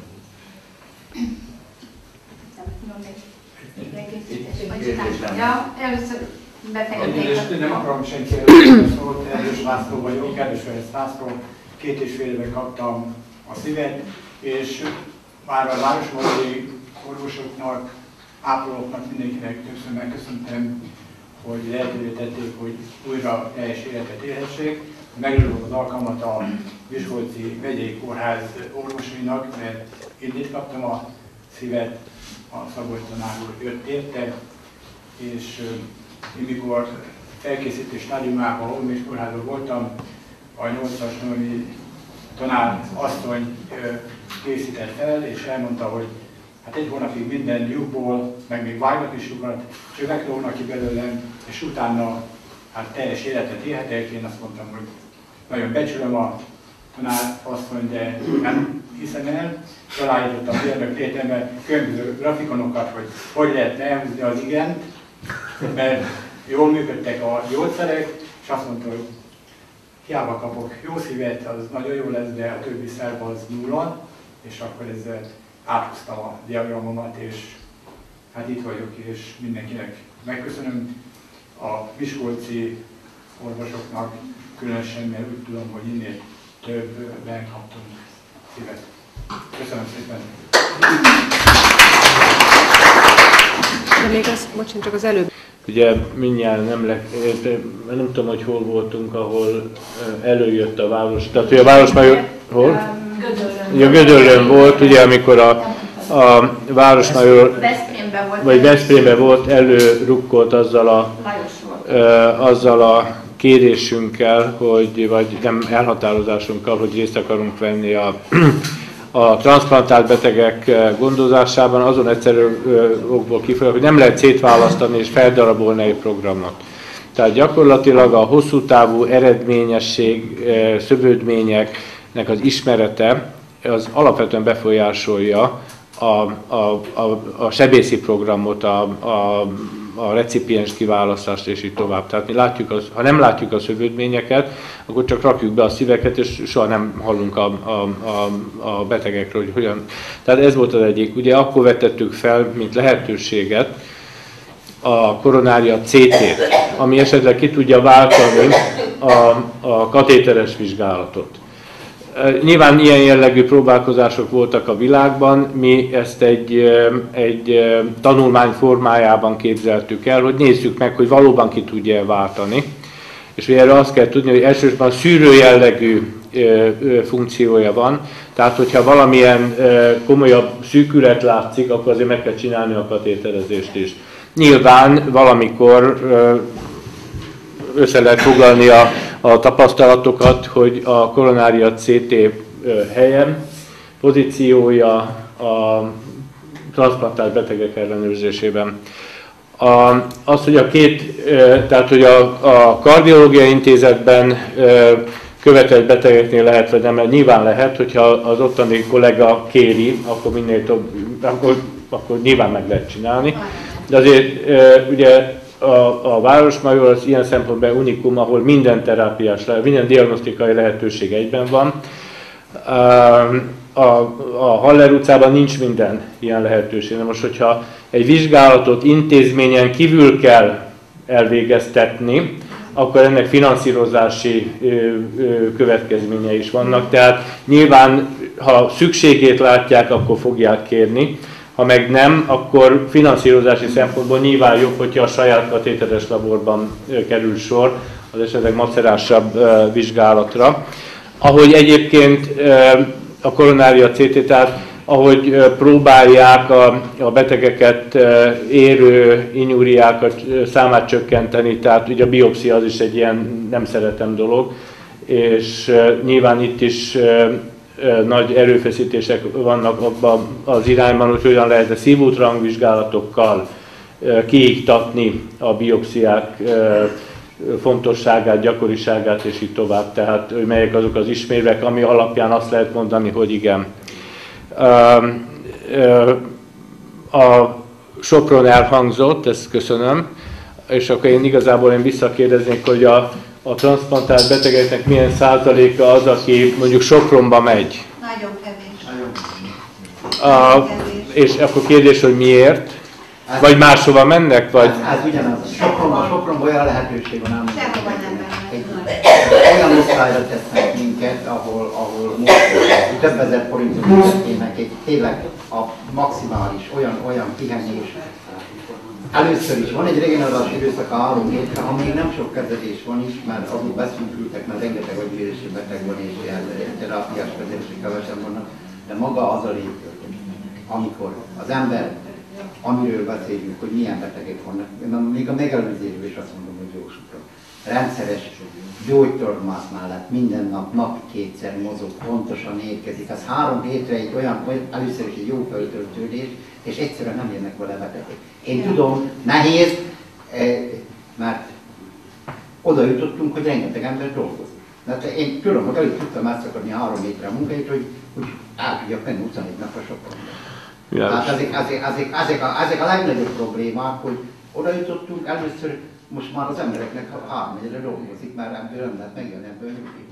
Na jó, de hát ez nem oda jutottunk. Hál' Istennek, hogy oda jutottunk. Mert ez a célja. Tehát nem az, hogy képzelj már 3-4-nek, hogy hát hála Istennek, mert azt mondja, 100%-ban menjenek vissza az Eszterga gép mellé, mert ez a cél. Tehát, hogyha a koszorúérműtéteseket visszazavarjuk, műteni a földműveseket, akkor a transzplantát is menjen vissza. Mert ez a cél. Mert akkor teljes az élet.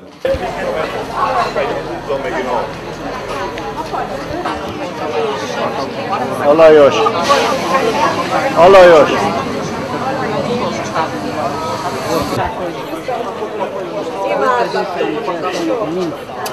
Hogy kezeltek meg?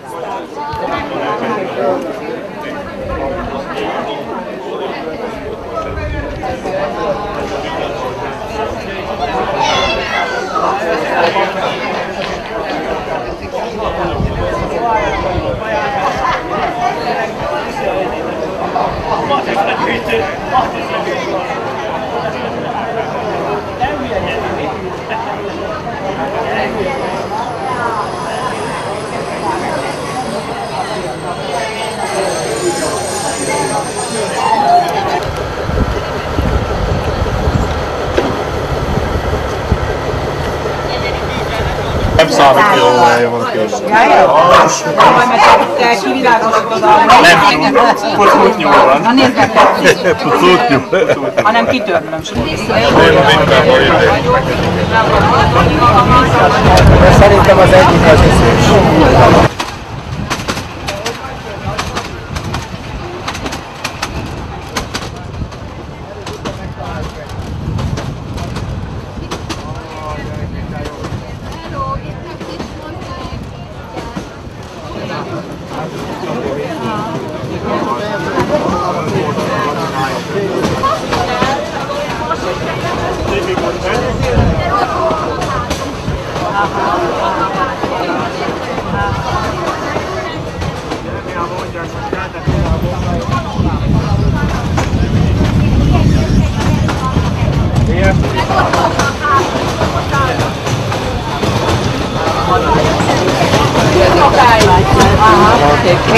Hát igen jó üzlet volt ez a kisvető. Igen.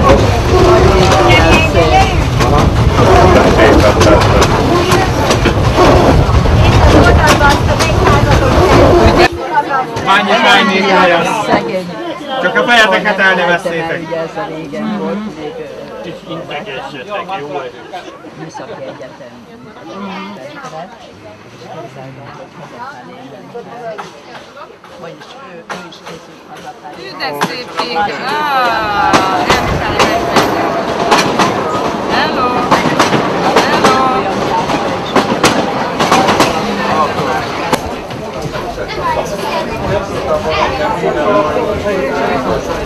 Mi vagyok. Gondoltam, mit mondjak ennek az embernek. Mondom, hogy 50.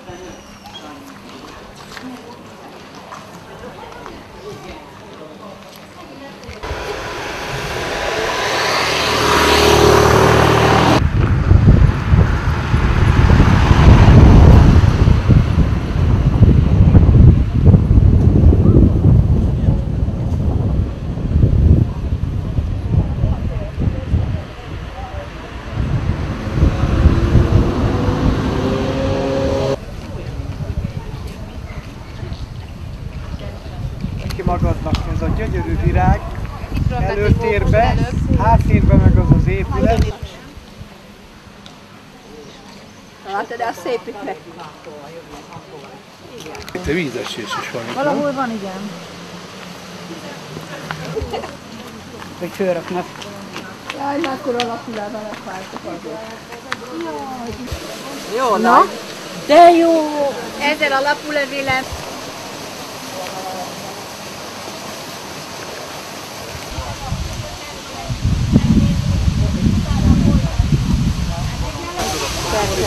És hol konkrétan?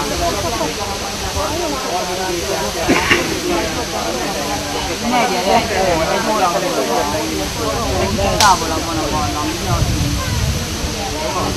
Maradjunk együtt szerintem valakivel. Köszönöm, nagyon rendes. Na, csak nyomni kell. Csak.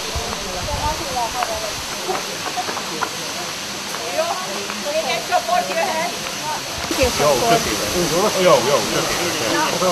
Nem. Annyira nem egyetek ki. Igen. Ezt láttam már mindenki. Ez csodálatos. Akkor majd. Ezt már nyomod anya. A nagy költés.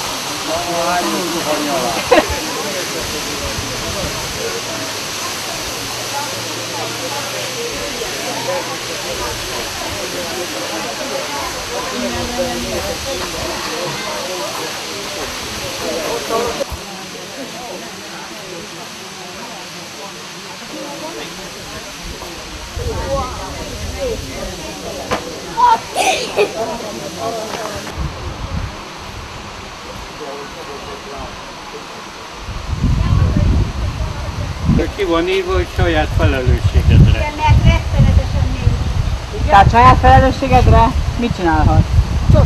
Csónakázhat. És ezt tudod, hogy hívják? Hogy? Tengerszem. Igen? Ez a tengerszem. Ilyen a tengerszem. Olyan mély, mint a tenger. Ezen az úton Miskolc, és ahogy a buszok 5-ös jön, hogy jön végig, és 5-ös buszköröket is eljönnek. Ide följön a busz. Ez egy kirándulás. Ide fel lejönni? Busszal.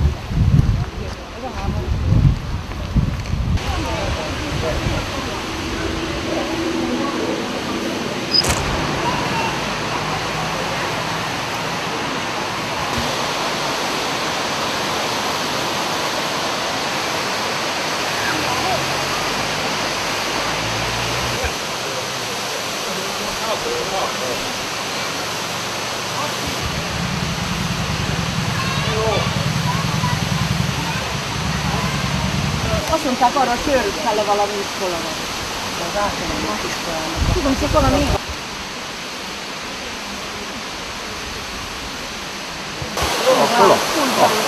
Akkor mert ugye arra emlékszek, hogy onnan állnak el, hogy jöttünk a videót. Jól emlékszel, hogy biztos volt. És akkor valahol itt történgettünk önnek elő? Akkor volt lehetőség rá, és aztán nem nagyon van. Anyjam lenne. Aki 2 méteres, az hajtsa le a fejét.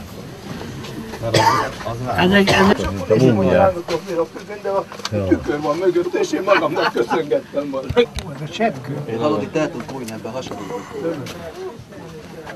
Én a tordai hasadékba bújnék el. Látom, most már ideért mindenki. Igen. Szeretettel köszöntöm Önöket az Anna Méztufa barlangban. Egy szinte egyedülálló világritkaságot tekinthetnek most meg, melyből mindösszesen 6 darab található az egész világon. Többek között 2 Magyarországon. Egyik a Tettye barlang, az Pécs egyik városrészletében található, régi nevén Sárkány barlangként is emlegették, ugyanis a barlangból kifolyó víznek ez a morgó, öblösszerű hangja készítette a régeket az elnevezésre. Másik barlangunk az Anna Méztufa barlang, mely 600 méter hosszával és egyedi kiépítettségével kiemelkedik a többi közül. Maga a Méztufa jelenség elég gyakori.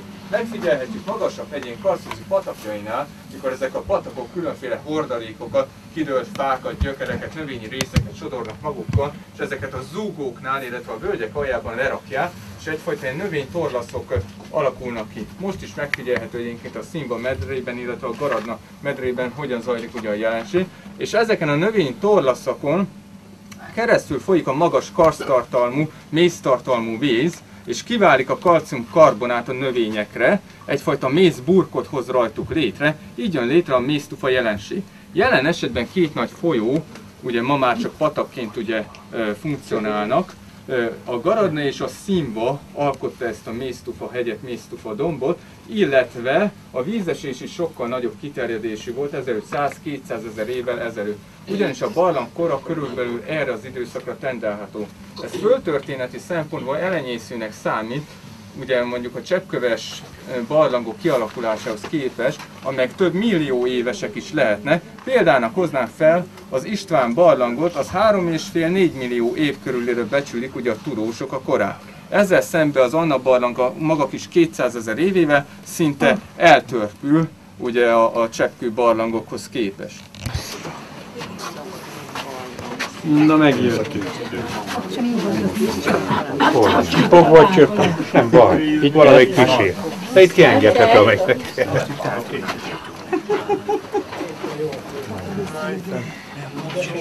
Nagyra nő.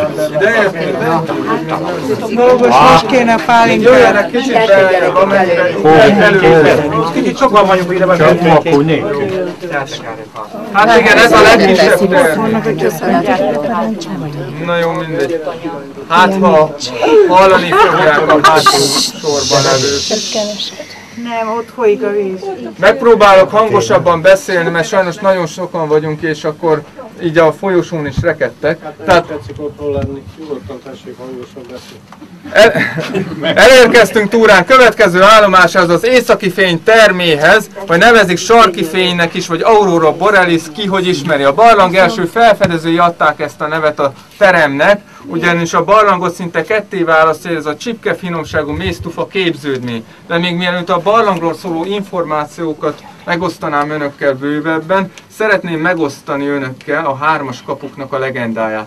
A legenda úgy tartja, hogy aki a kapuk két szélső végén jobb vagy bal oldalt halad keresztül, azok az ördögök folyosóinál pokolba jutnak majd halálokat követően, és aki az arany középutat választotta, az az angyalok folyosójánál a mennyországba jut. Természetesen jókor mondod.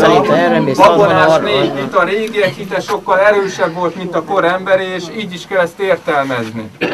Visszatérve magához a teremhez, ugye mint említettem, barlang első felfedezői adták a teremnek az északi fény nevet, ugyanis emlékeztette őket erre a természeti jelenségre, ez a mésztufa képződmény.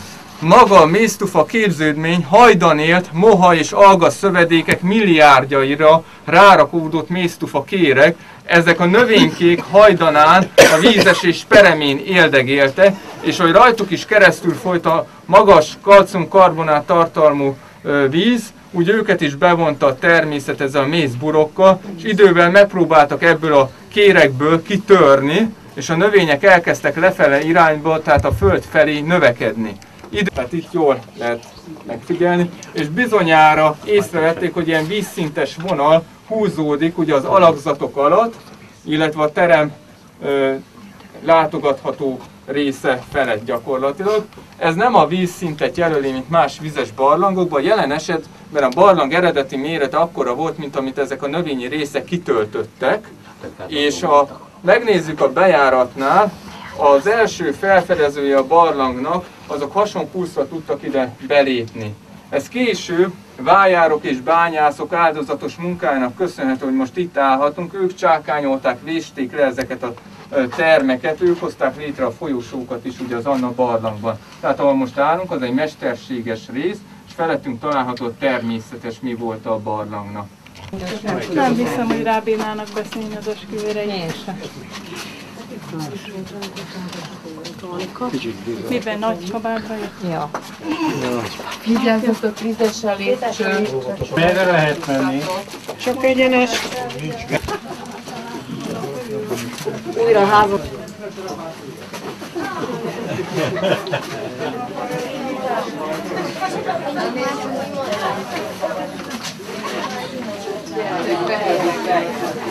Ti hogy kerültetek oda? A lépcső. De haladunk a pokol fele. A pokolba sokat is.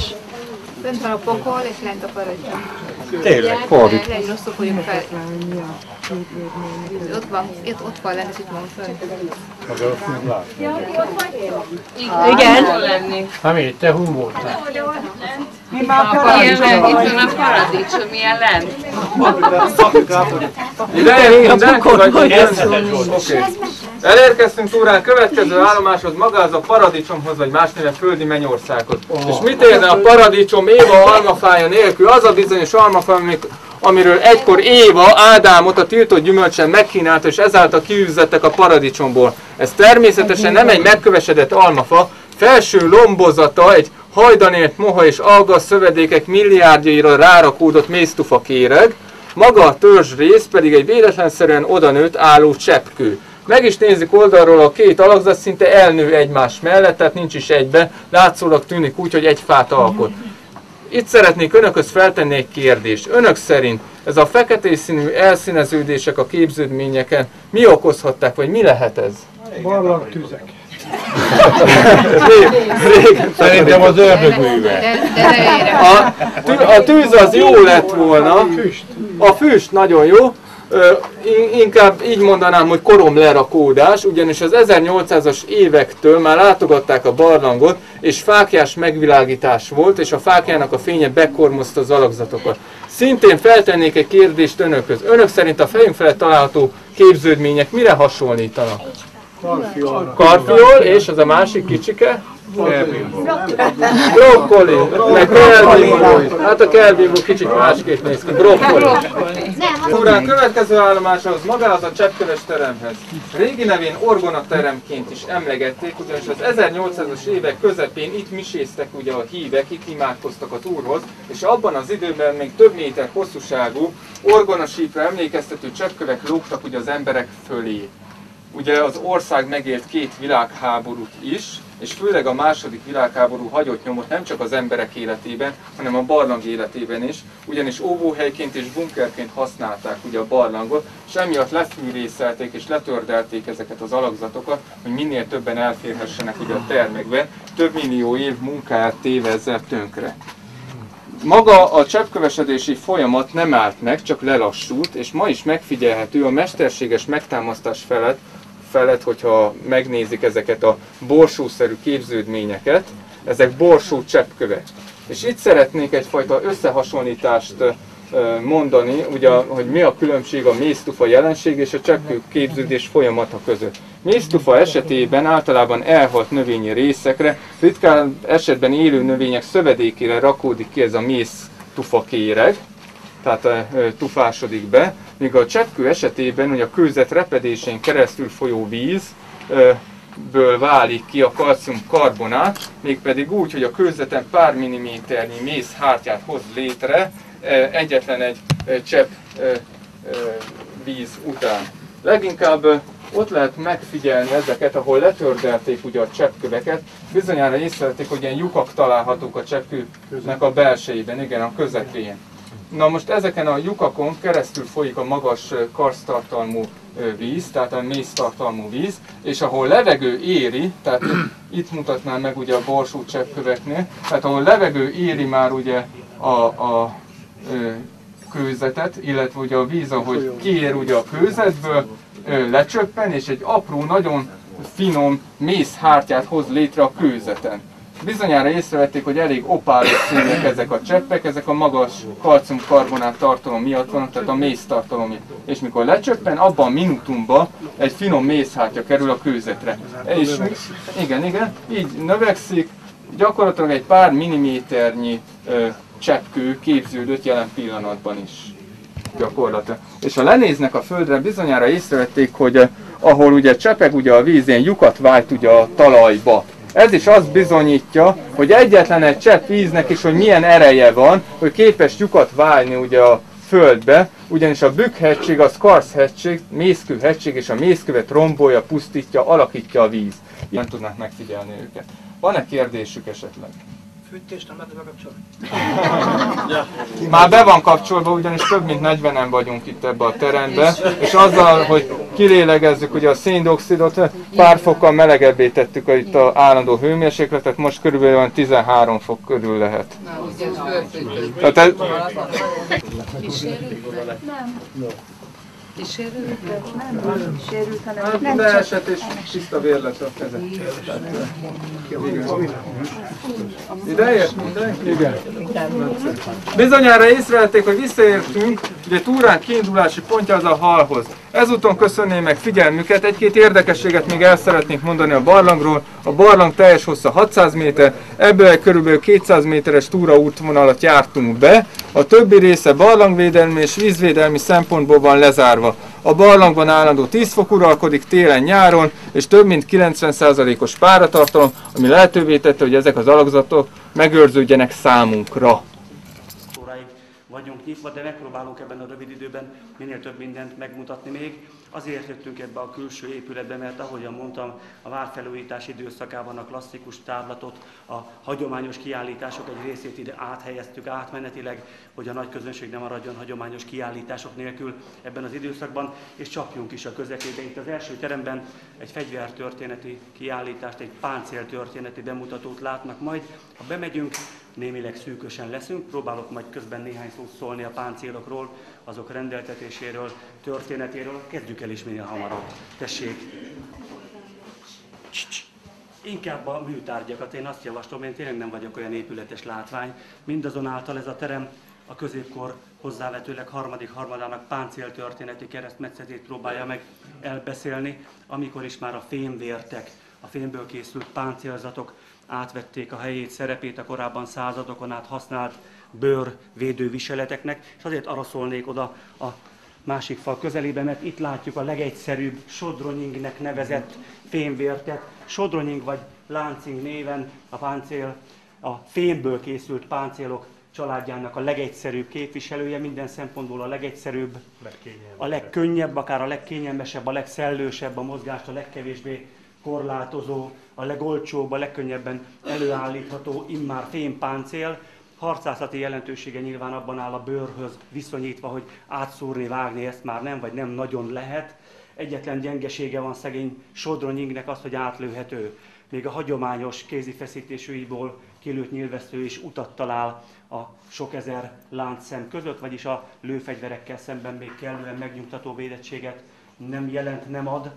A zárt lemezpáncélok azok a formák, és ebből is láthatunk itt néhány érdekes példányt, amelyekről már a nyilvessző is lepattan, visszapattan, lecsúszik, eltörik rajta. A zárt lemezpáncélok megközelítőleg tetőtől talpig borítják már a harcosok testét a harcmezőn. Na most itt a másik fal mentén látjuk majd a zárt lemezpáncélok legékesebb példáit, a lovakkor világszerte legismertebb romantikus képviselőit, a lovagi páncélokat. Hangot veszem, azért fordulok erre. Igen, engem kimondottan zavar, de annyi baj legyen. Nos, a lovagi páncélok, a zárt lemez páncélzat, mint olyan legerősebb és legszebb, egyben messze legdrágább formái. A lovagi páncélok, ha csak a tömegét tekintjük és a fizikai paramétereket alapvetően, ugye a sodronyingnél még nem mondtam el, 14-15 kg-ot nyomott átlagosan egy láncing sodronying, na most a lovagi páncél 30 kg-nál kezdődik. A kézi fegyverekkel némely komolyabb karddal, pajzsal kiegészítve 30-40 kg vasban jártak a lovagok, még akkor is, hogyha ló hátán tették, mert hogy nyilván a lovas harcmodor védő felszereléséről van itt szó. Na most az ára, a anyagiakban mérhető értéke a lovagi páncélzatnak úgy tetőtől talpig, a ló páncélját is hozzáadva persze, egy kisebb középkori falu éves költségvetésével volt mérhető állítólag. Vajon mitől lehet ez ilyen rettentően drága? Itt ez az egyetlen valódi és lényeges kérdés. Hát közelebbről ezt meg tudjuk állapítani, erre jó egy múzeum. Látjuk, hogy ezekben a formákban a legsebezhetetlenebb erőt, áttörhetetlenséget szinte ötvözni kellett a használhatósággal, és ez a lényeg. Ezt a két szempontot ötvözni, ehhez már tényleg a legmagasabb rendű rangú mesterségre, a fegyverkovácsok, páncélkovácsok mesterségére van szükség. Őket ebben a korszakban gyakorlatilag művész számba tekintették, már nem is egyszerűen mesteremberek voltak a páncélkovácsok, fegyverkovácsok. Látják majd közelebbről, hogy a lovagi páncél igenis használható. Tehát egyrészt gyakorlatilag nincs az a fegyver ebben a korban, ami áttörné, átütné vagy szakítaná őket. Közelharcban a buzogányok, bárdok lehettek esetleg alkalmasak erre, de alapvetően nyílvesszővel átlőni nem lehet, kard ezeken már fogást nem talál. Na most, ha megnézzük közelebbről, tehát ezt az erőt olyan módon ötvözték a praktikummal, mondjuk így, hogy bajvívás közepette nem eshet szét a páncél természetesen, és a mozgást nem csak lehetővé teszi, hanem alapvetően mozgásra szerkesztették. Tehát a vállánál, könyökénél, a kézujjaknál is akár, de a térhajlatban is megfigyelhető, hogy némely mozgás bizony lehetővé tesz a lovagi páncél, ebben akár egy fél napon át közelharcot folytatni nem csak lehet, hanem kell. Erre való. Na most, aki közelharcot folytat, még ha lóhátán teszi is, az attól nem lesz könnyebb. Ebben a 30-40 kg-os felszerelésében védő felszerelés, hát köszönjük ezt a védelmet, az azt a 30-40 kilót is forgatja magán, mondjuk úgy életre, halálra, reggeltől estig, és teszi ezt a tűző napon. Mert hogy ugye csak is a nyári perzselő szikkasztó hőségben vívták napvilágnál a csatákat elődeink. Na most, nem beszélve arról, hogy azzal a maradék oxigénnel, ami a testére még jutott, igen jól kellett gazdálkodni, és 50-60 fokig hevült az a maradék levegő egy-egy nap végeztével a leírások szerint, vagyis olyan fajta fizikai megterhelésnek voltak kitéve ezek a bajvívó lovagok, amiről nyugodtan mondhatjuk, hogy ez a teherbírás, állóképesség, fizikum talán nincs is. Hát manapság lehet, hogy tényleg nincsen, ők voltak a lovagok, mert tudjuk, hogy volt ilyen. Na most, hogy hogyan volt ez lehetséges? Úgy volt lehetséges, hogy 7 éves kortáján a legtehetősebb nemesi családok fiúgyermekei, amennyiben a szülők úgy gondolták, hogy a lovagi élet szépségeire szánják fiaikat, akkor lovagi oskolába adták a gyereket, és ott láttunk a falmélyedésben egy lovagi páncélt, egy gyermekpáncélt, bocsánat, az még nem a lovagi páncél, egy gyermekvértet, ami példázza azt a hozzávetőleg 15 évig tartó felkészülést, amelynek során a lovagi oskolákban ezekből a nemes ifjakból a középkori Európa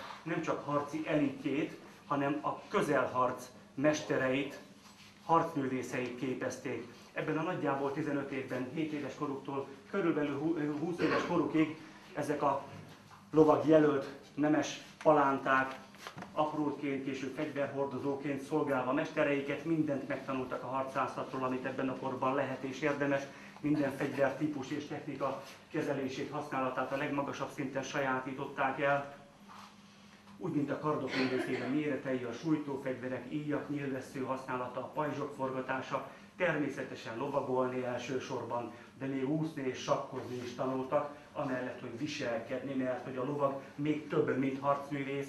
Lovagnak lenni azt jelenti, hogy a középkori etikett elvárásait is a legmagasabb szinten elsajátítják és számon kérik rajtuk kiképző mestereik, vagyis táncolni, énekelni, különböző hangszereken muzsikálni, és még verselni is tanultak a lovagi oskolákban ezek az ifjak, és fokról fokra nőtték ki a gyermekpáncélokat ezen közben. 15 év alatt, még egyszer mondom, a középkori Európa harcművészeit képezték ezeken a helyeken, és majd 20 éves kora táján válhatott érdemessé a már fölserdült fiatalember arra, hogy felnőtt, végleges, kialakult férfi alkatára ezt a méregdrága fölszerelést kovácsoltassa magának, és ezzel automatikusan a társadalom legrangosabb rétegébe lépett, és egyben a kor harcászati elitjét adta a nehéz páncélos lovasság formájában. Ott a sarokban látunk egy nehéz páncélos lovast, egyáltalán nem a palotából kormányozta, hanem személyesen tartózkodott a haditáborban, a harcmezőn, vagy éppen az első sorokban forgatta a lovát és a kardját a király maga. Ezt jelenti a lovagkirály megnevezés. Általában ez nem valamiféle üresen kongó költői jelző, mert egy királyt ilyen citomákkal szoktak feladatni, nem minden királyt nevezünk ám lovagkirálynak, olyannyira nem, hogy Nagy Lajos király korát követően Európában már nem akadt még egy ilyen katonakirály, egy hatalmas hadvezér tehát. Most mi történik olyankor, amikor maga az uralkodó meg elöl a csatamezőn, és utánam a vezényszó, és lovon ül, és a kardját forgatja, általában a királyokat elsáncolni, elrejteni, védeni, takarni szokták, már csak ugye a sakra hadd utaljak vissza itt a felkészülés tekintetében, mint stratégiai felkészítése a lovagoknak. Mi történik akkor, amikor a király megy elől? Semmi érdekes. Annyi csak, hogy egy métert emelkedik a sereg, a többi megy magától. Na ez az a nagyságrend egyebek mellett, amit Nagy Lajos királyunk képviselt, és amelynek mentén már életében, és ez hangsúlyos, a kortárs történetírók, idegenajkú, krónikások és a nép egyre inkább Nagy Lajosként kezdték emlegetni az ő nevét. Első Lajos királyunkat, tehát gyakorlatilag kizárólag ezen a néven emlegeti a világ. Na most ebben a háborús időszakban volt egy kitüntetett ellenfél, Velence, egy visszatérő, visszajáró, a hibáiból alig-alig tanulni képes ellenség, mondhatjuk így, már az Árpádok korától kezdődően folyamatosan szerette volna ez a hajós köztársasága az adriai kereskedelmi térség kapuiként szolgáló Dalmár kikötő városokat elhódítani a magyar korona birtokából, mintegy 300 éven át, nagyon kicsiny és átmeneti sikerekkel. Nagy Lajos király volt az, aki mintegy beleunt ebbe, és uralkodásának már az utolsó előtti évében nem legyőzte Velencét, hanem tönkreverte tengeren is, olyannyira, hogy amikor a velencei békekötés sorra kerül, akkor az ünnepélyes aktus keretében látjuk, hogy a velencei követség szó szerint és átvitt értelemben itt is a vesztes felet megillető testtartásban valahová oda a padlóra tartozik lehasalni. Most megint csak erről a nagyságrendről lehet itt beszélni, amikor is Nagy Lajos király egyébként érdekes, hogy a világtörténelemben számoljunk utána nagyon kevés uralkodót neveztek nagy valakinek, míg a magyar királyok történetében sincs más. Pedig ugye az Árpádok esetében nem akármilyen szakrális uralkodóházzal büszkélkedhet a magyar történelem. Egyedül és kizárólag második Anjou uralkodónkat illette ez a királyi ragadványnév. Na most ezt a nagyságrendet egyebek mellett ez a pillanatkép is megörökíti, amikor is a harcok végeztével a velencei békét, mint olyat, ami rögzítette a Dalmár kikötővárosok birtokjogát most már hosszú távra, mondjuk így, illetve a magyar kereskedőknek és portékáknak immár csorbítatlan előjogokat szavatolt a békeszerződés elsősorban a térség minden piacán tekintve a továbbiakban, például minden vásár és ünnepnapon az adriai kereskedelmi övezet minden piacán kötelező volt először is fölvonni az Anjou lobogót, és a kereskedés majd csak azután indulhat. Azt gondolom, ennek a diplomáciai üzenete is önmagáért beszél, amikor pedig a békeszerződést első lépésben Torinóban, korabeli nevén Turin városában aláírják, akkor ez a folyamat, mint diplomáciai folyamat még nem teljes. Ezek után a vesztes fél még tartozik a kor erkölcsi szokásainak megfelelően egy fellépéssel, köteles fölvonulni, elzarándokolni a győztes fél színe elé, ha úgy tetszik lába elé, és ez a nagyon fontos és érdekes bizonyos szempontból, hogy a turini aláírás követően egy fél évvel Velence követsége tiszteletét teszi az akkor már királyi központként működő Diósgyőr várában. Ez a pillanat tehát itt végszóra a diósgyőri békekötés mozzanata, ez pedig nem egy utána dobott udvariassági gesztus volt, hanem alapvető elvárás. Ahol egy kicsit igényesebbek a leírások, akkor kitérnek rá, hogy Diósgyőrben ratifikálják a velencei békét, vagyis újbóli aláírásukkal a felek így szentesítették a turini békeszerződés rendelkezéseit, tehát itt és így vált keretté és teljessé ez a folyamat, amely ezt a szereposztást papíron is rögzítette, amelyet tehát ez a kicsi panoptikum megörökít. A diósgyőri békekötés pillanata, mozzanata, tehát ennek helytörténeti jelentősége is rendkívül fontos. Diósgyőr korabeli helyét, szerepét a királyság életében megvilágítja, világossá teszi, ha úgy tetszik, hogy Diósgyőr Nagy Lajos király uralkodásának utolsó évtizedében már egyértelműen a királyi központ a királyság területén. Tehát mindenképpen hangsúlyos a jelentősége a diósgyőri béke mozzanatának és a velencei békekötés folyamatának, már csak azért is, mert javítsanak ki, ha nem így van. Általában diósgyőri békéről nem is nagyon olvasunk. Velencei békét, turini békekötés még itt-ott lehet, de diósgyőri békét csak azok, akik nagyon utána kutatnak a témának, már pedig ez volt a záró aktus, mindenképpen nagyon fontos mozzanat, nem csak azért, mert éppen Diósgyőr várában találkoztunk ebben a pillanatban. Ezek történelmi tények. Szeretettel köszöntöm itt Önöket a Miskolci Református Műemlék-Deszka templomban, a templom gondnoka vagyok. Egy pár gondolatot a templom történetéről. A gyülekezet neve Miskolc-Tetemvári Református Egyházközség. A Tetemvárnak a szónak a jelentése, hogy honnan is származik.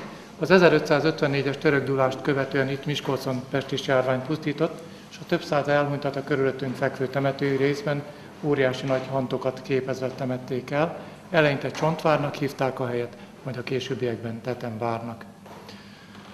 Az, hogy fából építettek itt templomot, azt 1630-tól származik, ugyanis a külső temetői részen egy kis fakápolna épült. Egyetlen egy mondat utal Miskolc város történetében, ez pedig 1680-tól származik, hogy a külső temetői részen épült kis kápolnát újra zsindejezték. A zsindejnek az állagon 50-60 esztendő, és ebből következtettek vissza az 1630-as időpontra.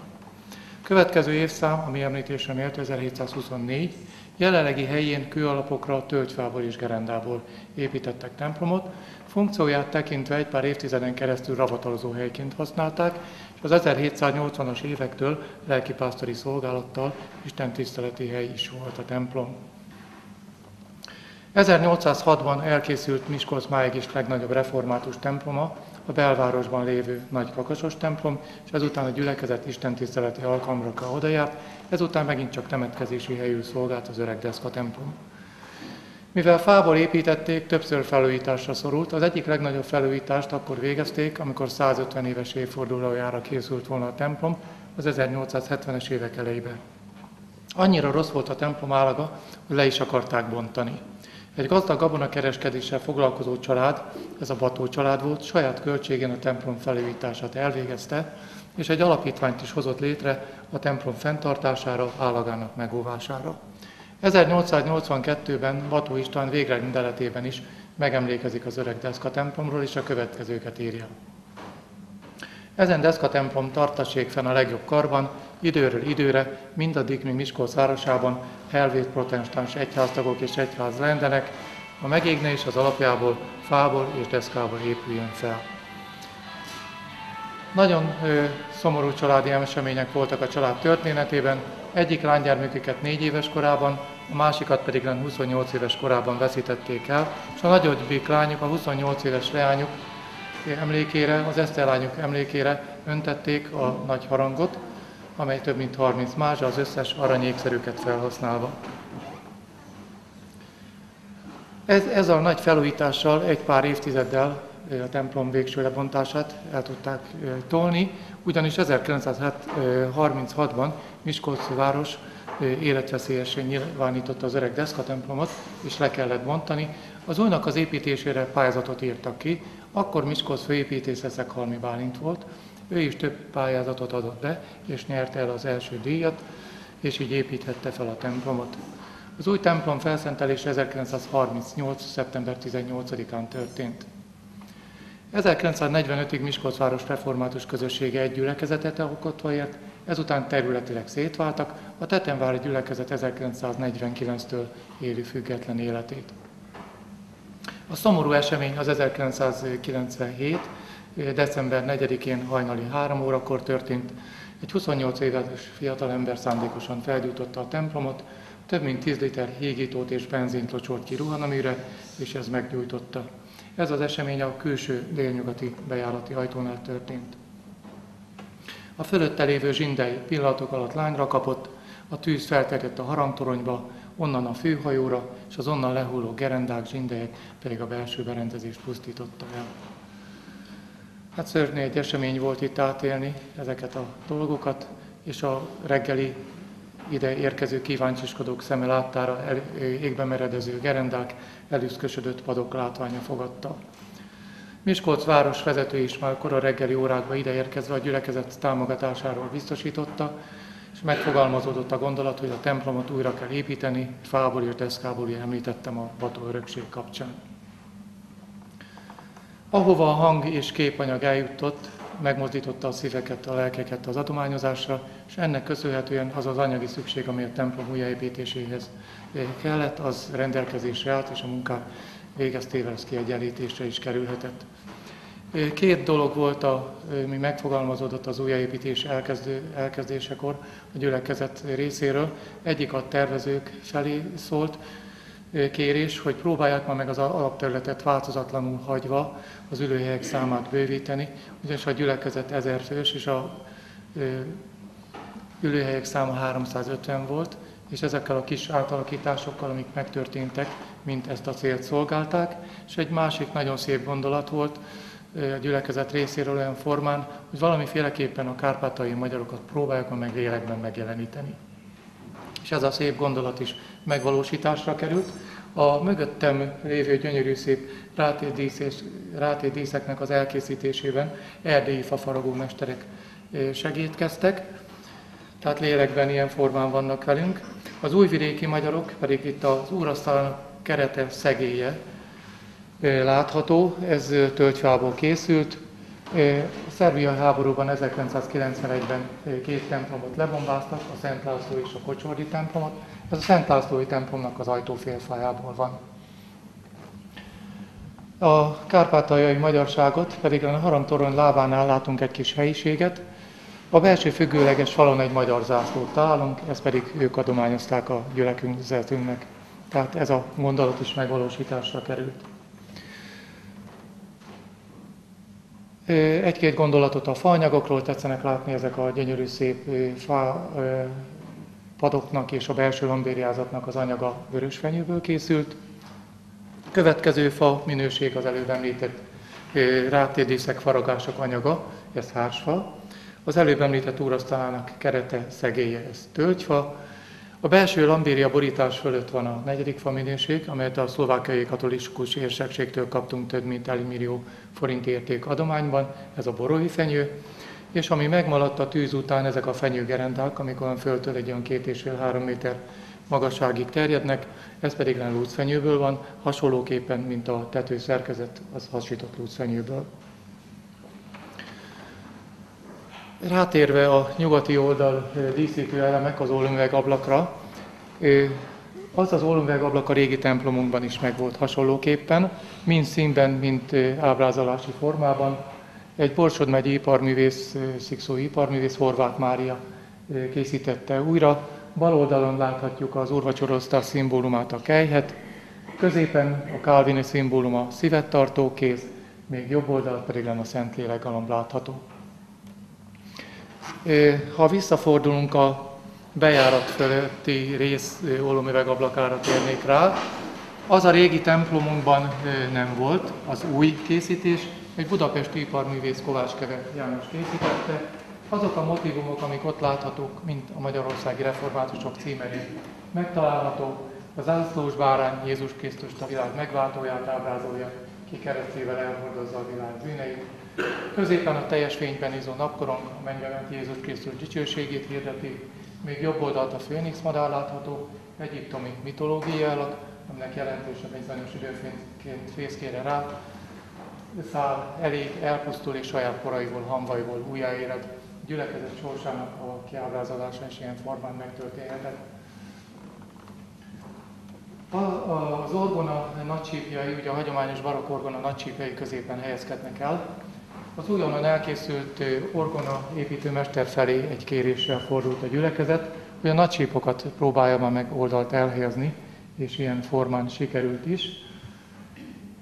Az orgonánkat győri orgonaépítőmester Albert Miklós úr készítette, egy 21 regiszteres orgona készült, az előbbi templomunkban egy 16 regiszteres Riegel orgona volt, egy 2 manuálos, lábpedálos, hagyományos mechanikus működtetésű barokk orgona, sípjainak száma több mint 1200. Nagyon szerencsés helyzetben vagyunk olyan tekintetben, hogy az istentiszteleti alkalmaink, egyéb rendezvényeinken orgonaművész játszhat az orgonán, ezt nem minden gyülekezet mondhatja el. És ha visszatetszenek fordulni, itt látható a Magyarországi Reformátusok címére, amit az előbb említettem, illetve a főnix madár, a szószék koronáján Jószai Zsolt szobrászművésznek a munkája. A templom leégésekor a harangtoronyban egy harang volt, fent a nagyobbik harang, a 3 mázsa 60 kilós ödönharang. Sajnos ez a tűzoltás folyamán megrepett, és ilyen formán használhatatlan volt. A második világháborúban pedig a kisebbik harangot elvitték, nagyon sok templomból akkor, kínálta a lehetőséget mind a 2 harangnak az újraöntésére, és ez meg is történt. Itt Magyarországon, Hörböttyánban Gombos Lajos aranykoszorús öntőmester öntette, az öntés költsége pedig 2 gyülekezeti családnak az adománya volt. Gyülekezetünkről egy-két gondolatot.